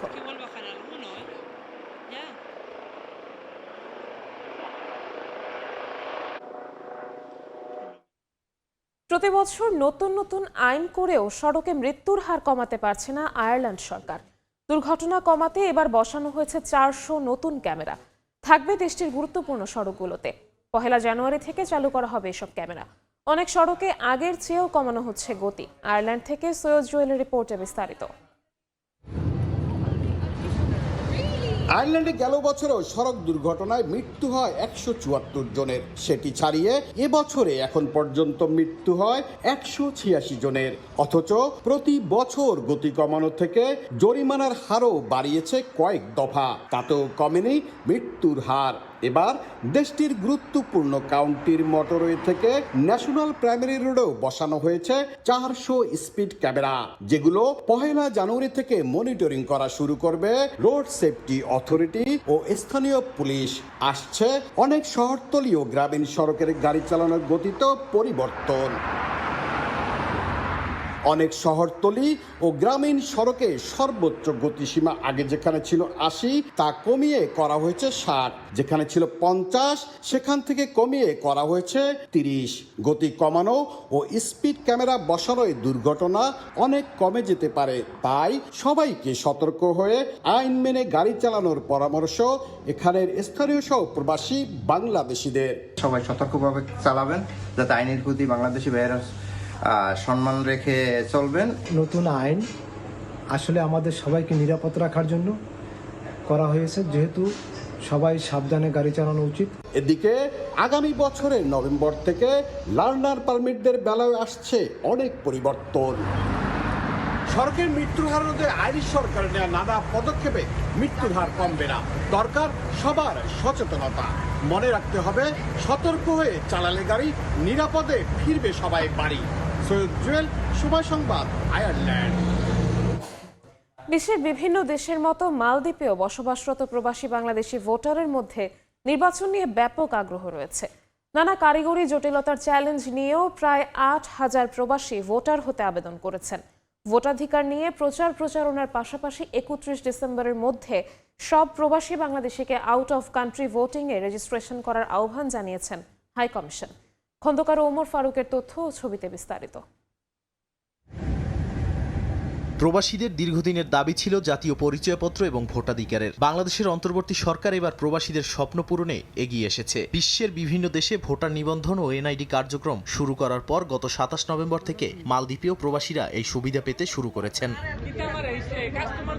দক্ষিণ এশিয়ার এই দেশটিতে লাখেরও অধিক প্রবাসী বাংলাদেশির বসবাস। তাদের মধ্যে এখন পর্যন্ত প্রায় 7,730 জন প্রবাসী ভোটার হিসেবে নিবন্ধন সম্পন্ন করেছেন। প্রাথমিক পর্যায়ে প্রবাসীদের ভোটার নিবন্ধনের জন্য নানা কারিগরি ও প্রশাসনিক চ্যালেঞ্জ দেখা দিয়েছে। এর মধ্যে অন্যতম হলো ওটিপি সমস্যা ও নিবন্ধনের জন্য প্রত্যয়নপত্রের প্রয়োজনীয়তা। এই অ্যাপটা যেহেতু আরো একটু সহজ করে দেয় প্রবাসীদের জন্য, যাতে আমরা নিশ্চিন্তায় ভোট দিতে পারি বাংলাদেশকে। পোস্টাল ভোটার বিষয়টা উদ্বোধন করছে, এটাতে প্রবাসীদের প্রতিটা প্রবাসী আমি মনে করি সবাই আমরা অনেক খুশি। নির্বাচন কমিশন প্রবাসী বাংলাদেশিদের ভোট প্রদানের সুযোগ চালু করার পর গুরুত্বপূর্ণ ভূমিকা রাখছেন প্রবাসী সংগঠনগুলোর নেতাকর্মীরা। আমাদের যে মালদ্বীপ প্রবাসী যারা আছে ওনারা খুব ইচ্ছুক এই যে দ্বাদশ জাতীয় সংসদের নির্বাচনে ভোট দেওয়ার জন্য। আমরা যারা প্রবাসী দূরে থেকে আগে ভোট দিতে পারতাম না, কারণ অনেকের পক্ষে দেশে গিয়ে ফিজিক্যালি ভোট দেওয়া সম্ভব না। সুতরাং আমরা যারা বিদেশে আছি, এটা আমাদের জন্য খুবই কার্যকরী একটি পদক্ষেপ। আমরা দেশের উন্নতি এবং আমাদের মন মানসিকতা, নিজেদের আত্মপ্রকাশ করতে পারবো আমাদের ভোটের মাধ্যমে। এই ঐতিহাসিক উদ্যোগে দেশের উন্নয়নে প্রবাসীরা যেমন গুরুত্বপূর্ণ অবদান রাখছেন, তেমনি তাদের ভোটও নীতি নির্ধারণে গুরুত্বপূর্ণ ভূমিকা রাখতে পারবে বলে জানান বিভিন্ন শ্রেণী পেশার প্রবাসী বাংলাদেশিরা। বাংলাদেশ নির্বাচন কমিশন কর্তৃক এবারই আমাদের প্রবাসী অবস্থানরত আমাদের প্রবাসী ভাই বোনদের জন্য পোস্টাল ব্যালট যে ভোটের মাধ্যমে এবং পোস্টাল ব্যালট বিডি অ্যাপের মাধ্যমে যেই ভোটদান প্রক্রিয়া, সেটি কিন্তু তাদেরকে সবাইকে অন্তর্ভুক্ত করা হয়েছে। তো এই প্রক্রিয়ার আওতায় যেই নিবন্ধনের যেই প্রক্রিয়াটি রয়েছে, সেটি কিন্তু 25 তারিখ থেকে বৃদ্ধি করে এখন 31 ডিসেম্বর পর্যন্ত সেটিকে বাড়ানো হয়েছে। তা আমরা অনুরোধ করব, এখনও যারা রেজিস্ট্রেশন করেননি তারা 31 ডিসেম্বরের মধ্যেই অবশ্যই পোস্টাল ভোট বিডি অ্যাপের মাধ্যমে আপনাদের রেজিস্ট্রেশন কার্যক্রমটি সম্পন্ন করবেন, যাতে করে আপনারা সঠিক সময়ে আপনাদের ব্যালটটি পান এবং আপনারা যে আসন্ন গণভোট এবং জাতীয় সংসদ নির্বাচন, সেটিতে আপনাদের ভোটাধিকার প্রয়োগ করতে পারেন। পোস্টাল ভোট বিডি অ্যাপের মাধ্যমে সহজে ভোট দিতে নিবন্ধন করা যায়। এই তথ্য পদ্ধতি না জানায় নিবন্ধনে মালদ্বীপ প্রবাসীরা পিছিয়ে পড়েছেন বলে মত সংশ্লিষ্টদের। সময় সংবাদ, মালদ্বীপ। রাশিয়ার রাজধানী মস্কোতে চালু হয়েছে ভিন্ন ধর্মী এক ক্যাফে, যেখানে কাজ করছেন অটিজম সহ নিউরো ডেভেলপমেন্টাল অবস্থায় থাকা মানুষ। ডিফারেন্ট গ্রেইনস নামের ক্যাফেটি এই উদ্যোগের জন্য ক্রেতাদের কাছেও বেশ প্রশংসা কুড়িয়েছে। ফুল টাইম চাকরির পাশাপাশি বিভিন্ন ধরনের প্রশিক্ষণ ও কর্মশালারও আয়োজন রয়েছে ক্যাফেটিতে। মস্কোর ব্যস্ত শহরে বাহ্যিকভাবে এটি আর 10টা ক্যাফের মতোই। বাতাসে কফির ঘ্রাণ, সুস্বাদু খাবার ও উষ্ণ পরিবেশ, কিন্তু ডিফারেন্ট গ্রেইনস আলাদা পরিচিতি পেয়েছে সেখানে কর্মরত মানুষের জন্য, বিশেষভাবে অটিজম সহ নিউরো ডেভেলপমেন্টাল অবস্থায় থাকা মানুষদের কর্মসংস্থানের মাধ্যমে। বর্তমানে এখানে কাজ করছেন 20 জনের বেশি কর্মী। পাশাপাশি আরও অনেকে এখানে প্রশিক্ষণ নেন, কর্মশালায় অংশ নেন এবং মূল শ্রমবাজারে কাজ পাওয়ার প্রস্তুতি নেন। ক্যাফেটির প্রতিষ্ঠাতা ইউলিয়া ভলোদিনা বলছেন, এই কর্মীরা কাজ শিখতে সময় নিলেও তাদের আলাদা শক্তি রয়েছে। নির্দেশনা নিখুঁতভাবে অনুসরণ করার ক্ষমতা এবং অতিথিদের প্রতি স্বাভাবিক সহমর্মিতা তাদের বড় সম্পদ। তার ভাষায়, কাজ করার সুযোগই তাদের কাছে সবচেয়ে মূল্যবান। এতে তারা নিজেদের প্রয়োজনীয় ও গুরুত্বপূর্ণ মনে করে। মানসিক ব্যাধিযুক্ত ব্যক্তিরা, বিশেষ করে অটিজমের সমস্যা যাদের, তারা খুব সুগঠিত হয়। তারা কঠোরভাবে তাদের দায়িত্ব পালন করতে পারে। তারা কখনোই এমন কিছু করে না যা আপনি তাদের করতে বলেননি। কাজের প্রতি তারা সৎ এবং ক্রেতাদের প্রতি বন্ধুসুলভ। প্রকল্পটির সামাজিক দিকটিও গুরুত্ব পাচ্ছে। কর্মীরা এখানে একা নয়, দলবদ্ধভাবে কাজ করেন। এতে তৈরি হচ্ছে বন্ধুত্ব ও পারস্পরিক সম্পর্ক। তারা বলেন, একসঙ্গে কাজ করলে মন শান্ত থাকে, আত্মবিশ্বাস বাড়ে এবং নিজেকে আরো সক্রিয় মনে হয়। শুরুর দিকে গ্রাহকদের প্রতিক্রিয়া নিয়ে শঙ্কা ছিল বলে জানান ভলোদিনা। আশঙ্কা ছিল কেউ হয়তো খারাপ আচরণ করতে পারেন। বাস্তবে তা হয়নি। 3 বছরে ক্যাফেটিতে এসেছেন 1 লাখের বেশি অতিথি। ইয়ানডেক্স ম্যাপে ক্যাফেটির রেটিং 4.7। বেশিরভাগ প্রশংসা এসেছে কর্মীদের আন্তরিকতা ও আচরণ নিয়ে। সাদিয়া তাসনিম, সময় সংবাদ। বিপিএল এবং লিগের বাইরে থাকা ক্রিকেটারদের নিয়ে সোনার বাংলা পাথওয়ে নামে নতুন একটি টি-20 টুর্নামেন্টের আয়োজনের সিদ্ধান্ত নিয়েছে বিসিবি। সংবাদ বিজ্ঞপ্তি দিয়ে বিষয়টি নিশ্চিত করেছে ক্রিকেট বোর্ড। 2026-এর জানুয়ারির প্রথম সপ্তাহ থেকে শুরু হবে এই টুর্নামেন্ট। ম্যাচগুলো অনুষ্ঠিত হবে বগুড়া এবং রাজশাহীর 2টি ভেন্যুতে। সম্ভাব্য দল হতে পারে 6 থেকে 8টি। মোটামুটি ভালো খেলার পরও অনেক ক্রিকেটারের সুযোগ হয় না বিপিএলে। এছাড়াও অনেকেই বঞ্চিত হন লিগ থেকে। তাদের খেলার সুযোগ করে দিতেই এই সিদ্ধান্ত বিসিবির। 2টি ক্যাটাগরিতে ক্রিকেটারদের বিভক্ত করেছে বোর্ড। 2025-26 বিপিএল অকশনে থেকেও যারা দল পাননি তাদের রাখা হয়েছে ক্যাটাগরি 1-এ। আর দ্বিতীয় ক্যাটাগরিতে থাকবেন ঢাকা প্রথম বিভাগে ক্রিকেট লিগে নিবন্ধিত হয়েও যারা খেলার সুযোগ পাননি। ক্রিকেটারদের সমস্ত পারিশ্রমিক আর টুর্নামেন্টের ব্যয় বহন করবে বিসিবি। সোনার বাংলা পাথওয়ে টি-20-র দায়িত্বে থাকবেন ফারুক আহমেদ।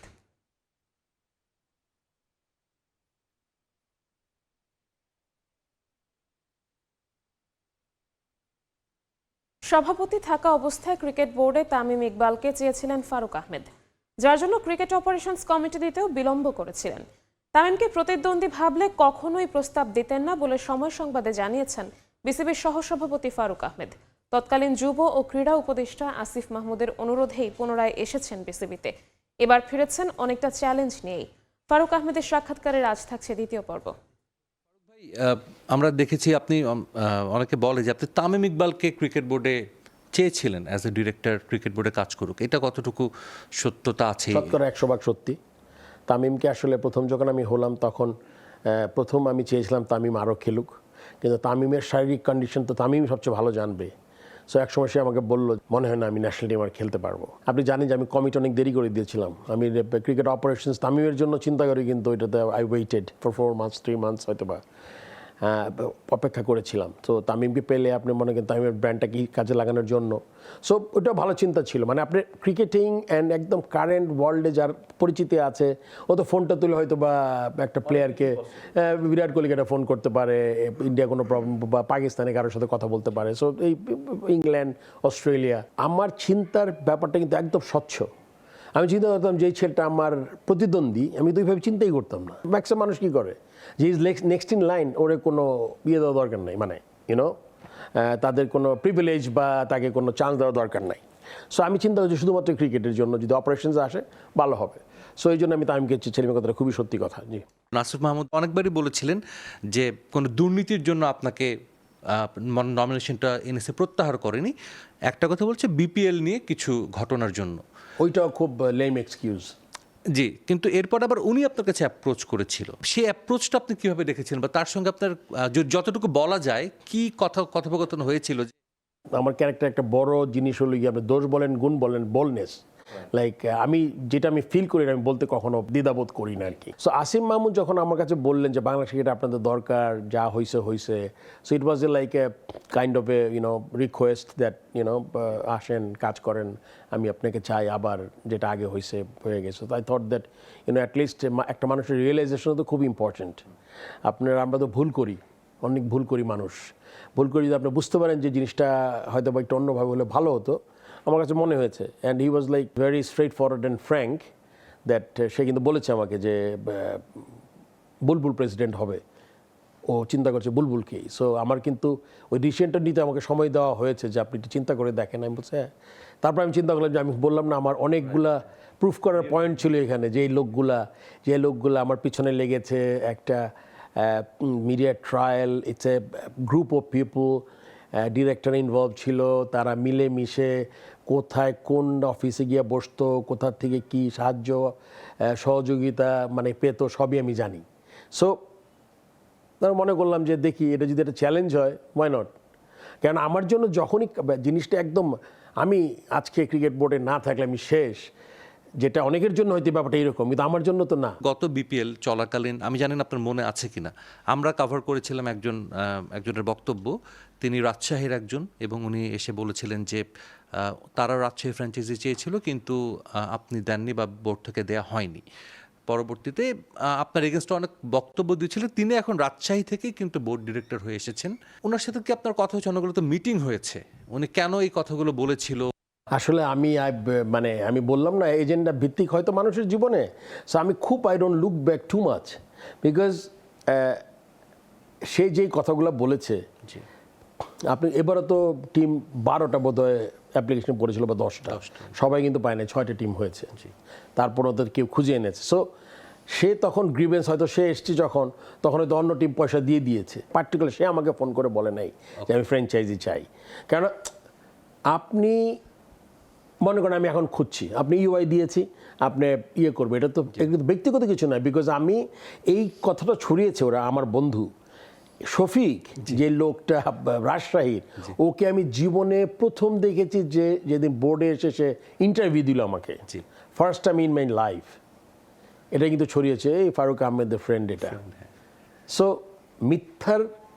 মিথ্যার গতিটা কত দূর আর কতটা মিথ্যা সাজিয়ে এরা কথা বলেছে পুরো আমার টেনিওরটায়, এটা আমি এখন লুক ব্যাক আমি দেখি আর কি, যে প্রতিটা ব্যাপারে মিথ্যা ছিল। So it sums up everything, right? আপনি মিথ্যা যদি বলেন, আপনি আর এই সোশ্যাল মিডিয়াটা এমন, আপনি আজকে একটা মিথ্যা কথা ছড়িয়ে দিলেন, আর যাদের বট বাহিনী আছে তারা ছড়াই দিল, তারপর আপনি 3 দিন পরে আপনি অনেক চেষ্টা করছেন, ড্যামেজ কন্ট্রোল হচ্ছে না। অসংখ্য ধন্যবাদ। দর্শক, আমরা এতক্ষণ কথা বলছিলাম বাংলাদেশ ক্রিকেট বোর্ডের সহ সভাপতি এবং সাবেক ক্যাপ্টেন ফারুক আহমেদের সঙ্গে। ফারুক আহমেদ প্রথমবারের মতো অনেক কথাই বলেছেন, যেগুলো তিনি যখন ক্রিকেট বোর্ডের প্রেসিডেন্ট থেকে সরে গিয়েছিলেন, পরবর্তীতে আবার ইলেকশন করে এসেছেন, এরপর কিন্তু তার চলে যাওয়া, ব্যাক করার যে বিষয়গুলো, সেটা কিন্তু প্রথমবারের মতো তিনি গণমাধ্যমের সামনে বলেছেন। এবং ডেফিনেটলি যে ক্রিকেটের তার যে আকাঙ্ক্ষাটা জানিয়েছেন, বাংলাদেশের ক্রিকেটের ডেভেলপমেন্টে কাজ করতে চান। আমরাও চাইব বাংলাদেশের ক্রিকেট তার মাধ্যমে সমৃদ্ধ হোক এবং এগিয়ে যাক। সাজিদ মুস্তাহিদ, সময় সংবাদ, ঢাকা। বিপিএলের হাই ভোল্টেজ ম্যাচে মুখোমুখি হবে আসরের অন্যতম 2 ফেভারিট রংপুর রাইডার্স ও ঢাকা ক্যাপিটালস। নিজেদের প্রথম ম্যাচে জয় পাওয়ায় আত্মবিশ্বাসী ক্যাপিটালস শিবির। দলে যোগ দিয়েছেন পেসার তাসকিন আহমেদ। ধারাবাহিকতা ধরে রাখার ব্যাপারে আশাবাদী এই পেসার। অন্যদিকে নিজেদের প্রথম ম্যাচে জয় পেয়েছে রংপুরও। ম্যাচ শুরু সন্ধ্যা 6টায়। সিলেট থেকে তারেক হাসান শিমুলের রিপোর্ট। এবারের আসরের 2 পুরনো ফ্র্যাঞ্চাইজি ঢাকা ক্যাপিটালস এবং রংপুর রাইডার্স। হাই ভোল্টেজ ম্যাচে মুখোমুখি হচ্ছে 2 হট ফেভারিট। তবে গেল আসরে 2 ম্যাচেই হেরেছিল ঢাকা। এবার প্রতিশোধের সুযোগ ক্যাপিটালস ফ্র্যাঞ্চাইজির। কোচ হারানোর শোককে শক্তিতে পরিণত করে প্রথম ম্যাচ জয় দিয়ে শুরু করেছে ঢাকার ফ্র্যাঞ্চাইজি। ব্যাটিং লাইন আপটা তাদের লম্বা, অলরাউন্ডার থাকায় বোলিংয়ে বাড়তি সুযোগ পাচ্ছেন অধিনায়ক মোহাম্মদ মিথুন। আগের ম্যাচটা তারা জয় পেয়েছে দাপটের সঙ্গে, তবে রংপুরের বিপক্ষে জয় পাওয়াটা সহজ হবে না। রাইডার্স ব্যাটিং লাইনটাও লম্বা, আছেন অভিজ্ঞ ক্রিকেটার। জয় পেতে খেলতে হবে সেরা ক্রিকেটে। ছেলের অ্যাকচুয়ালি শরীরটা একটু খারাপ ছিল, জন্য আমি ফার্স্ট ম্যাচটা আসিনি। কারণ একে তো আমি 42 দিন পরে দেশে আসছি, তো এসে যখন দেখলাম ও একটু সিক, তো তখন আমি ঢাকা টিমকে জানালাম যে আমি একটা ম্যাচ পরে আসতেছি। সালমান মির্জা, জিয়া শরীফি, ইমাদ ওয়াসিমরা দারুণ ছন্দ দেখিয়েছেন প্রথম ম্যাচে। এ ম্যাচে যুক্ত হচ্ছেন তাসকিন। Pace unit অপ্রতিরোধ। রাতে ম্যাচ হওয়ায় টসটা বড় ভূমিকা রাখবে। টি-20 ক্রিকেটে ভাই আসলে ছোট দল বড় দল পার্টিকুলার ডেতে যারা বেশি ভালো ক্রিকেট খেলে ওরাই জিতে, তো লাইটলি নেওয়ার কিছু নাই। আর নো ডাউট ওরা তো ভালো টিম আগাগোড়াই করে, রংপুর সবসময় one of the best team করে থাকে। তো আশা করি ভালো ফাইট হবে। আর তো কালকে রাতেও খেলা, দেখা যাক ডিউ ফ্যাক্টর থাকতে পারে, তো এনিথিং ক্যান হ্যাপেন। রংপুর রাইডার্সেরও বিপিএল যাত্রা শুরু হয়েছে 8 উইকেটের জয় দিয়ে। পরপর ম্যাচ খেলতে হবে তাদের। প্রথম ম্যাচের পারফরমেন্স বলে দেয় কেন দলটা এবার এত ফেভারিট। গেল আসরে টানা 7 ম্যাচ জয় পেয়েছিল সোহানরা, যদিও শিরোপা জিততে পারেনি। তবে এই আসরে ডেভিড মালান থেকে শুরু করে লিটন দাস ইনফর্ম ক্রিকেটারদের পেয়েছেন, আছেন মুস্তাফিজও। তাই এই আসরে নিশ্চয়ই শিরোপা হাতছাড়া করতে চাইবে না। দ্বিতীয় ম্যাচেও লক্ষ্য থাকবে জয়ের দিকে। তারেক হাসান শিমুল, সময় সংবাদ, সিলেট। ফ্র্যাঞ্চাইজি লিগের অভিজ্ঞতা কাজে লাগবে আসন্ন টি-20 বিশ্বকাপে। এনওসি দেওয়ার ব্যাপারে বোর্ড ইতিবাচক হওয়ায় সাধুবাদ জানালেন পেসার তাসকিন আহমেদ। মুস্তাফিজ ও রিশাদের ফর্ম আত্মবিশ্বাসী করবে দলকে। দুবাই শারজায় সাক্ষাৎ হয়েছে সাবেক টাইগার অধিনায়ক সাকিবের সঙ্গেও। তার অভিজ্ঞতা এখনও বাংলাদেশ দলে প্রয়োজন বলে মনে করেন তাসকিন। ছোটবেলার কোচ মাহবুব জাকির মৃত্যুতে শোকাহত টাইগার পেসার। ঢাকা ক্যাপিটালসের অনুশীলনে হাজির টাইগার সুপারস্টার তাসকিন আহমেদ। রোদহীন সিলেটে সব আলো স্পিড স্টারকে ঘিরে। তারকাবিহীন বিপিএলে টাইগার পেসারিত মহাতারকা। বাচ্চার অসুস্থতার কারণে ঢাকা ক্যাপিটালসের প্রথম ম্যাচটা মিস করেছেন তাসকিন। মাত্রই এসেছেন আইএল টি-20 খেলে। শারজা ওয়ারিয়র্সের হয়ে 6 ম্যাচে নিয়েছেন 9 উইকেট। প্রথম কোনো বড় ফ্র্যাঞ্চাইজি লিগে খেলার অভিজ্ঞতা নিয়ে এসেছেন। টি-20 বিশ্বকাপের আগে যা বড় নিয়ামক হতে পারে বলে মত তার। এটা ডেফিনেটলি ইন ফিউচারে আমাদের বিপিএল আছে, এটাও খেলার পর ওয়ার্ল্ড কাপটা যখন যাব আমাদের একটা ভালো প্রস্তুতি হচ্ছে আর কি। কালচার ওয়াইজ প্রফেশনালিজম সবকিছু অনেক সুন্দর ছিল এখানে।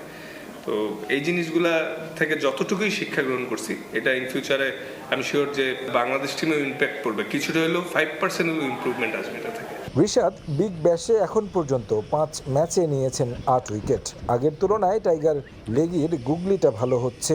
নজর এড়ায়নি তাসকিনের। আইপিএলে মুস্তাফিজ রেকর্ড মূল্যে দল পাওয়ায় অবাক হননি। তার মানের ক্রিকেটারের আরও চড়া মূল্য হওয়া উচিত বলেও মত তার। রিশাদ মাশাআল্লাহ একটা জিনিস যেটা ভালো লাগলো যে ওর গুগলিটা শার্প হচ্ছে। বিগ ব্যাশে অস্ট্রেলিয়ান কন্ডিশনে ওর বল যে টার্ন করতেছে, ভালো করতেছে। ফিজ মাশাআল্লাহ ওয়ার্ল্ড ক্রিকেটে অনেক প্রুভেন একজন প্লেয়ার। মানে ও যদি 9 কোটির জায়গায় 18 কোটিও পাইতো, এটা অবাক হওয়ার কিছু হইতো না, কারণ ও ডিজার্ভিং। আইএল টি-20তে সাকিবের সঙ্গে দেখা হয়েছে একাধিকবার। কথা হয়েছে শুধু ক্রিকেট নিয়ে। ফিটনেসের চেয়ে সাকিবের অভিজ্ঞতা এখনও বড় দরকার জাতীয় দলে।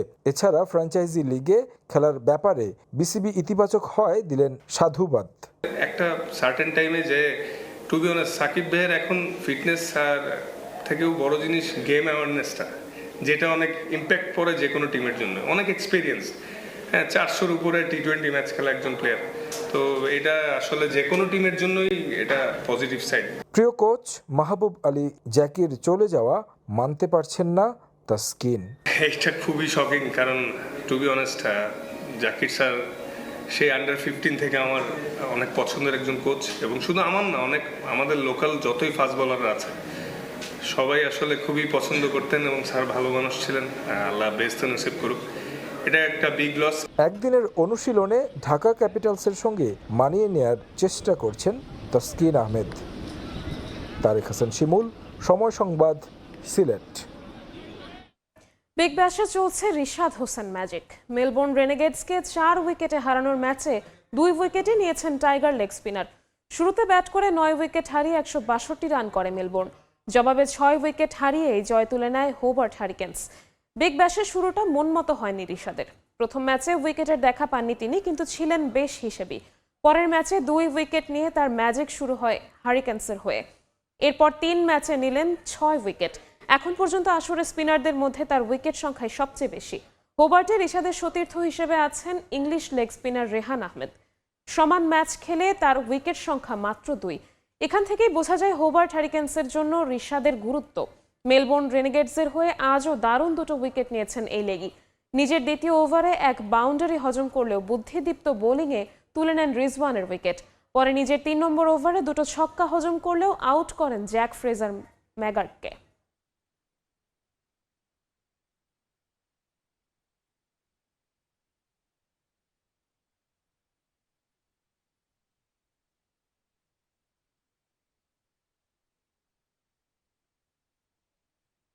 সাদামাটা আয়োজনের মাধ্যমে 1.5 বছর পর মাঠে গড়ালো বাংলাদেশ নারী ফুটবল লীগ। কমলাপুর স্টেডিয়ামে টুর্নামেন্টের উদ্বোধন করেন বাফুফের সহ সভাপতি ফাহাদ করিম ও নারী উইং চেয়ারম্যান মাহফুজা আক্তার কিরণ। সময় স্বল্পতা থাকলেও টুর্নামেন্ট আয়োজন নিয়ে সন্তুষ্ট বাফুফে। উদ্বোধনী ম্যাচে পুলিশ এফসিকে 2-0 গোলে হারিয়েছে বাংলাদেশ সেনাবাহিনী। দিনের দ্বিতীয় ম্যাচে নাসরিন স্পোর্টস একাডেমিকে 8-0 গোলের বড় ব্যবধানে হারিয়েছে বিকেএসপি। ফিফার ডেভেলপমেন্ট প্রোগ্রামের আওতায় প্রথমবারের মতো বাংলাদেশে নারী ফুটবল লীগ 1.5 বছর পর কয়েক দফা পিছিয়ে হলেও অবশেষে মাঠে গড়িয়েছে লীগের এবারের আসর। কমলাপুর স্টেডিয়ামে টুর্নামেন্টের উদ্বোধন করেন বাংলাদেশ ফুটবল ফেডারেশনের সহ সভাপতি ফাহাদ করিম এবং নারী উইং চেয়ারম্যান মাহফুজা আক্তার কিরণ। স্বল্প সময়ের মাঝে লীগ আয়োজন করা হলেও এই টুর্নামেন্ট দিয়ে নারী দলের পাইপলাইন শক্তিশালী করার প্রত্যাশা নারী উইং চেয়ারম্যানের। অ্যাকচুয়ালি আমাদের নারী ফুটবল দল ফেব্রুয়ারির মাঝামাঝি অর্থাৎ 15 তারিখের পরে ওরা অস্ট্রেলিয়া চলে যাবে, ওখানে গিয়ে আরও ম্যাচ খেলবে। তো সেই কারণে আমাদের হাতে সময় নেই, তো সেই কারণেই 1 মাসের ভিতরে করা। 1 মাসে কোনো লিগ হয় না, লিগ হতে হয় অনেক লম্বা সময় ধরে। তো যেহেতু আমাদের এই সীমাবদ্ধতা আছে সেই কারণে আমরা 1 মাসে লিগ করছি। এখানে আমরা যে জেএফএ শেষ করলাম তার অনেক প্লেয়ারই আছে এই টিমগুলোতে, তারা এখানে খেলবে এবং আমাদের কোচ আছেন যারা তারা খেলা দেখবেন এবং এখান থেকে প্লেয়ার বাছাই করবেন। আমার বিশ্বাস যে ভালো প্লেয়ারই বেরিয়ে আসবে। এদিকে সময় স্বল্পতা থাকলেও টুর্নামেন্ট আয়োজন নিয়ে সন্তুষ্ট বাফুফে। স্বল্প সময়ের মধ্যে আমি ওভারঅল যে প্রস্তুতি সেটা নিয়ে আমি স্যাটিসফাইড। ফিফার সাথে আমাদের যে আন্ডারস্ট্যান্ডিং হয়েছে ওনারা নেক্সট ইয়ার লিগটাকেও স্পন্সর করবে, অর্থাৎ 2 বছরের জন্য আমাদেরকে সাপোর্টটা দিচ্ছে। উদ্বোধনী ম্যাচে বাংলাদেশ সেনাবাহিনীর মুখোমুখি হয় পুলিশ এফসি। সানজিদা আক্তার, সাগরিকাদের মতো সাবজয়ী বেশ কিছু ফুটবলারদের নিয়ে দল গঠন করা হলেও মাঠে তেমন কোনো প্রভাব ফেলতে পারেনি পুলিশের দল। ম্যাচের শুরু থেকেই আক্রমণ পাল্টা আক্রমণ চালায় দুদল। তবে 40 মিনিটে তনিমা বিশ্বাসের দূরপাল্লার শটে এগিয়ে যায় সেনাবাহিনী। লিড ধরে রেখেই বিরতিতে যায় তারা।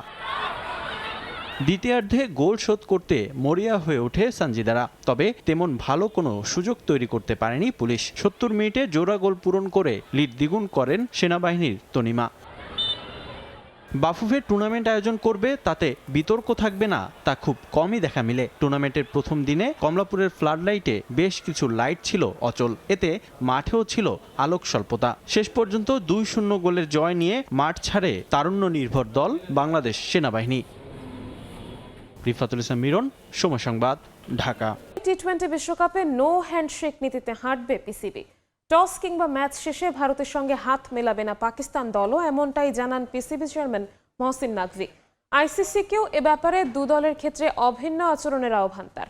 আগামী 15 ফেব্রুয়ারি প্রেমাদাসায় বিশ্বকাপের গ্রুপ পর্বের ম্যাচে মুখোমুখি হবে ভারত পাকিস্তান। ক্রিকেট ভদ্রলোকের খেলা। হার জিত ছাপিয়ে ম্যাচ শেষে দুদলের হাসি মুখে হাত মেলানো যার বড় উদাহরণ। তবে ভদ্রলোকের ক্রিকেটটা কলঙ্কিত হয়েছে সবশেষ এশিয়া কাপে ভারত পাকিস্তান ম্যাচগুলোতে। দুদল সামনেও ক্রিকেট বিশ্বকে দেখাবে এমন লজ্জাজনক ঘটনা। মেন্স এশিয়া কাপের রেস ধরে নারী ওয়ানডে বিশ্বকাপ, এমনকি যুবাদের অনূর্ধ্ব 19 এশিয়া কাপেও একই ঘটনা ঘটিয়েছে ভারত পাকিস্তান। যদিও এর শুরুটা করেছে ভারতীয়রাই। পাকিস্তানের দাবি দুদেশের সম্পর্ক যেমনই হোক কখনোই হাত মেলানো নিয়ে কোনো সমস্যা ছিল না তাদের। সামনে আবার টি-20 বিশ্বকাপ, একই গ্রুপে 2 দল। 15 ফেব্রুয়ারি প্রেমাদাসায় গ্রুপ পর্বের ম্যাচে মুখোমুখি হবে ভারত পাকিস্তান। এবার অবশ্য পিসিবি আগে থেকেই জানিয়ে দিল তাদের অবস্থান। প্রথম দিন থেকেই আমাদের অবস্থান পরিষ্কার। ক্রিকেট আর রাজনীতি কখনোই মেলাতে চাই না আমরা। আমাদের সরকারও এর সমর্থন করে না। তবে আমরা জোর করে কাউকে এই আনুষ্ঠানিকতায় বাধ্য করতে চাই না। আইসিসি কিংবা এসিসির সমঝোতা করানোর চেষ্টা। এশিয়া কাপ ট্রফি আটকে রেখেও বিসিসিআইকে তাদের অবস্থান থেকে সরাতে পারেনি কেউ। তাই এবার টি-20 বিশ্বকাপে পাকিস্তান দলও হাঁটবে নো হ্যান্ডশেক পলিসিতে। তারা যদি হ্যান্ডশেক করতে না চায় তাহলে আমাদেরকেও তাদের সঙ্গে হাত মেলানোর বিশেষ কোনো আগ্রহ নেই। সবকিছু হবে সমান ভিত্তিতে। এটা সম্ভব নয় যে তারা এরকম আচরণ করবে আমরা তা মেনে নিব, এমনটা কখনোই হবে না। আমরাও একই কাজ করব। পেহেলগাম হামলার পর অপারেশন সিঁদুর ভারত পাকিস্তানের সম্পর্ক এখন সাপে নেউলে। তবে তাদের এই রেষারেষিতে বরাবরই প্রশ্নের মুখে পড়েছে আইসিসি। এই দুই দেশের কারণে অনেকবার নিয়ম পরিবর্তন করতে হয়েছে বিশ্ব ক্রিকেট নিয়ন্ত্রক সংস্থাকে। আইসিসি ইভেন্টের ভেন্যুও পরিবর্তন হয়েছে একাধিকবার। তামিম হোসেন, সময় সংবাদ।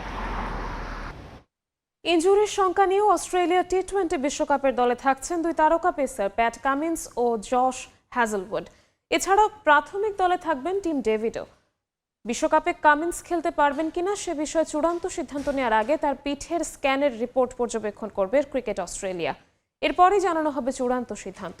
2 জানুয়ারির মধ্যে আইসিসির কাছে 15 সদস্যের দল পাঠাবে অস্ট্রেলিয়া। ওয়ানডে বিশ্বকাপে সবচেয়ে বেশি শিরোপা থাকলেও টি-20তে শিরোপার শোকেসটা 2021 সালের আগে ফাঁকাই ছিল অস্ট্রেলিয়ার। তবে সে বছর প্রথমবারের মতো বিশ্বকাপের শিরোপা উঁচিয়ে ধরে অজিরা। আগামী বছর ফেব্রুয়ারিতে ভারত ও শ্রীলঙ্কার মাটিতে বসবে আরও একটি সংক্ষিপ্ত সংস্করণের বিশ্বকাপ। এই আসর সামনে রেখে দল গোছাতে ব্যস্ত ক্রিকেট অস্ট্রেলিয়া। এরই মধ্যে এক ম্যাচ হাতে রেখে মর্যাদার অ্যাশেজ সিরিজ নিশ্চিত করে ফেলেছে অস্ট্রেলিয়া। আত্মবিশ্বাসে তুঙ্গে থাকা অজিদের লক্ষ্য এখন বিশ্বকাপ। আগামী 2 জানুয়ারির মধ্যে আইসিসির কাছে বিশ্বকাপের জন্য 15 সদস্যের দল দিতে হবে অজিদের। তাই প্রাথমিক দল প্রায় চূড়ান্ত করে ফেলেছেন কোচ অ্যান্ড্রু ম্যাকডোনাল্ড। পরীক্ষিত ক্রিকেটারদের ওপরই আস্থা রাখতে চান তিনি। তাই তো ইনজুরি থাকার পরও বিশ্বকাপের দলে প্যাট কামিন্স, জশ হ্যাজেলউডের মতো তারকা পেসারের থাকা প্রায় নিশ্চিত বলে জানিয়েছেন তিনি। এছাড়াও বিবেচনায় আছেন টিম ডেভিড। গত জুলাইয়ে পিঠে ব্যথা পাওয়ার পর থেকে প্যাট কামিন্স মাত্র একটি আন্তর্জাতিক ম্যাচ খেলতে পেরেছিলেন। দীর্ঘদিন পর অ্যাশেজ সিরিজ দিয়ে ফিরেছিলেন, তবে প্রথম 2 টেস্ট খেলতে পারেননি। খুব একটা প্রস্তুতি না থাকলেও অ্যাডিলেড টেস্টে দুর্দান্ত পারফর্ম করেন 32 বছর বয়সী এই পেসার। সিরিজ নিশ্চিত হওয়ার কারণে শেষ 2 টেস্টের দলে তাকে রাখেননি নির্বাচকরা। তবে বিশ্বকাপের দলে ঠিকই থাকছেন কামিন্স। বিশ্বকাপে কামিন্সের অংশগ্রহণের চূড়ান্ত সিদ্ধান্ত নেওয়ার আগে আগামী 4 সপ্তাহের মধ্যে তার পিঠে স্ক্যান করা হবে। সেই ফলাফলের উপর নির্ভর করে তাকে বিশ্বকাপের দলে নেওয়ার ব্যাপারে চূড়ান্ত সিদ্ধান্ত নেবে অস্ট্রেলিয়া। হ্যামস্ট্রিং ইনজুরির কারণে অ্যাশেজ সিরিজের কোনো ম্যাচ খেলতে পারেনি জশ হ্যাজেলউডও। তবে বিশ্বকাপের প্রাথমিক দলে তাকেও রেখেছেন ম্যাকডোনাল্ড। প্রাথমিক দলে আরও আছেন টিম ডেভিড। হ্যামস্ট্রিং ইনজুরিতে পড়ে বিগ ব্যাশে হোবার্ট হারিকেন্সের হয়ে খেলতে পারবেন না তিনি। তবে প্রাথমিক দলে তাকেও রাখার আভাস দিয়ে রেখেছেন কোচ। প্যাট কামিন্সের 4 সপ্তাহ পর আরও একটি স্ক্যান করানো হবে। তারপর আমরা নিশ্চিত হতে পারবো বিশ্বকাপের জন্য সে কোন অবস্থায় আছে। তাকে 15 জনের দলে রাখা হবে। এরপর আমরা তার শারীরিক অবস্থার প্রকৃত তথ্য জানতে পারবো। আমাদের পরিকল্পনা আছে জশ হ্যাজেলউড ও টিম ডেভিডও। টি-20 বিশ্বকাপের প্রস্তুতির অংশ হিসেবে জানুয়ারির শেষ দিকে পাকিস্তানে 3টি টি-20 ম্যাচ খেলবে অস্ট্রেলিয়া। পারভিন আক্তার, সময় সংবাদ। বিএনপির চেয়ারপারসন ও সাবেক প্রধানমন্ত্রী বেগম খালেদা জিয়া আর নেই। ইন্না লিল্লাহি ওয়া ইন্না ইলাইহি রাজিউন। ভোর 6টায় রাজধানীর এভারকেয়ার হাসপাতালে শেষ নিঃশ্বাস ত্যাগ করেন তিনি। ভোরে বিএনপির মিডিয়া সেল এবং বিএনপির অফিসিয়াল ফেসবুক থেকে এ তথ্য জানানো হয়েছে। এর আগে সোমবার রাত 10টা 10 মিনিটে তাকে দেখতে এভারকেয়ার হাসপাতালে যান দলের ভারপ্রাপ্ত চেয়ারম্যান তারেক রহমান। বেগম খালেদা জিয়া 15 আগস্ট 1945 সালে জন্মগ্রহণ করেন। তিনি 1991 থেকে 1996 সাল এবং 2001 থেকে 2006 সাল পর্যন্ত প্রধানমন্ত্রীর দায়িত্ব পালন করেছেন। তিনি বাংলাদেশের প্রথম নারী প্রধানমন্ত্রী ও বেনজির ভুট্টোর পর মুসলিম বিশ্বের দ্বিতীয় নারী প্রধানমন্ত্রী।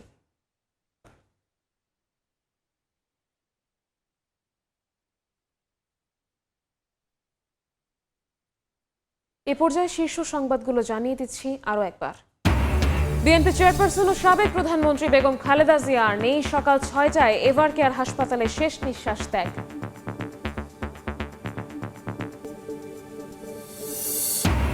শেষ দিনে হেভিওয়েট সহ অন্যান্য প্রার্থীর মনোনয়নপত্র জমা। ষড়যন্ত্র ভেদ করে মানুষের জন্য কাজ করার ঘোষণা বিএনপির।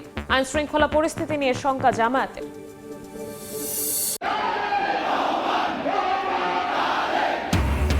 দেড় যুগ পর বিএনপির কেন্দ্রীয় কার্যালয়ে তারেক রহমান। ছোট ছোট কাজ দিয়ে হলেও নিজ নিজ অবস্থান থেকে দেশকে গড়তে সবাইকে ভূমিকা রাখার আহ্বান। নতুন বছরে আমার বেতন বাড়ে না, কিন্তু বাসা ভাড়া ঠিকই বাড়িয়েছে। জানুয়ারি থেকে 2000 টাকা ভাড়া বাড়াইতে হবে। বললাম যে আমাদের তো ইনকাম সোর্স কম, বললো যদি সম্ভব হয় থাকবেন, না হলে চলে যাবেন। ভালো স্কুলগুলির আশেপাশে ভাড়া অনেক বেশি। বছর বছর বাড়ি ভাড়া বাড়ানোয় হিমশিম অবস্থা ভাড়াটিয়ার। মেট্রো রেল স্কুলের কাছাকাছি এলাকায় বেড়েছে 3000 টাকা পর্যন্ত সুনির্দিষ্ট নীতিমালা তৈরির তাগিদ।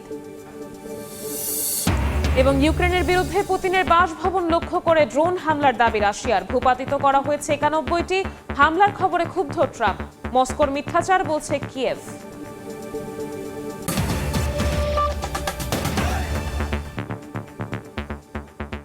এ ছিল ভোরের সময়। সকালের সময়ের সঙ্গে থাকবেন সহকর্মী মেজবাহুল আলিফ। নিবিড়, আপনাকে ধন্যবাদ। সকালের সময় নিয়ে আসছি কিছুক্ষণ পর, সঙ্গেই থাকুন সময়ের।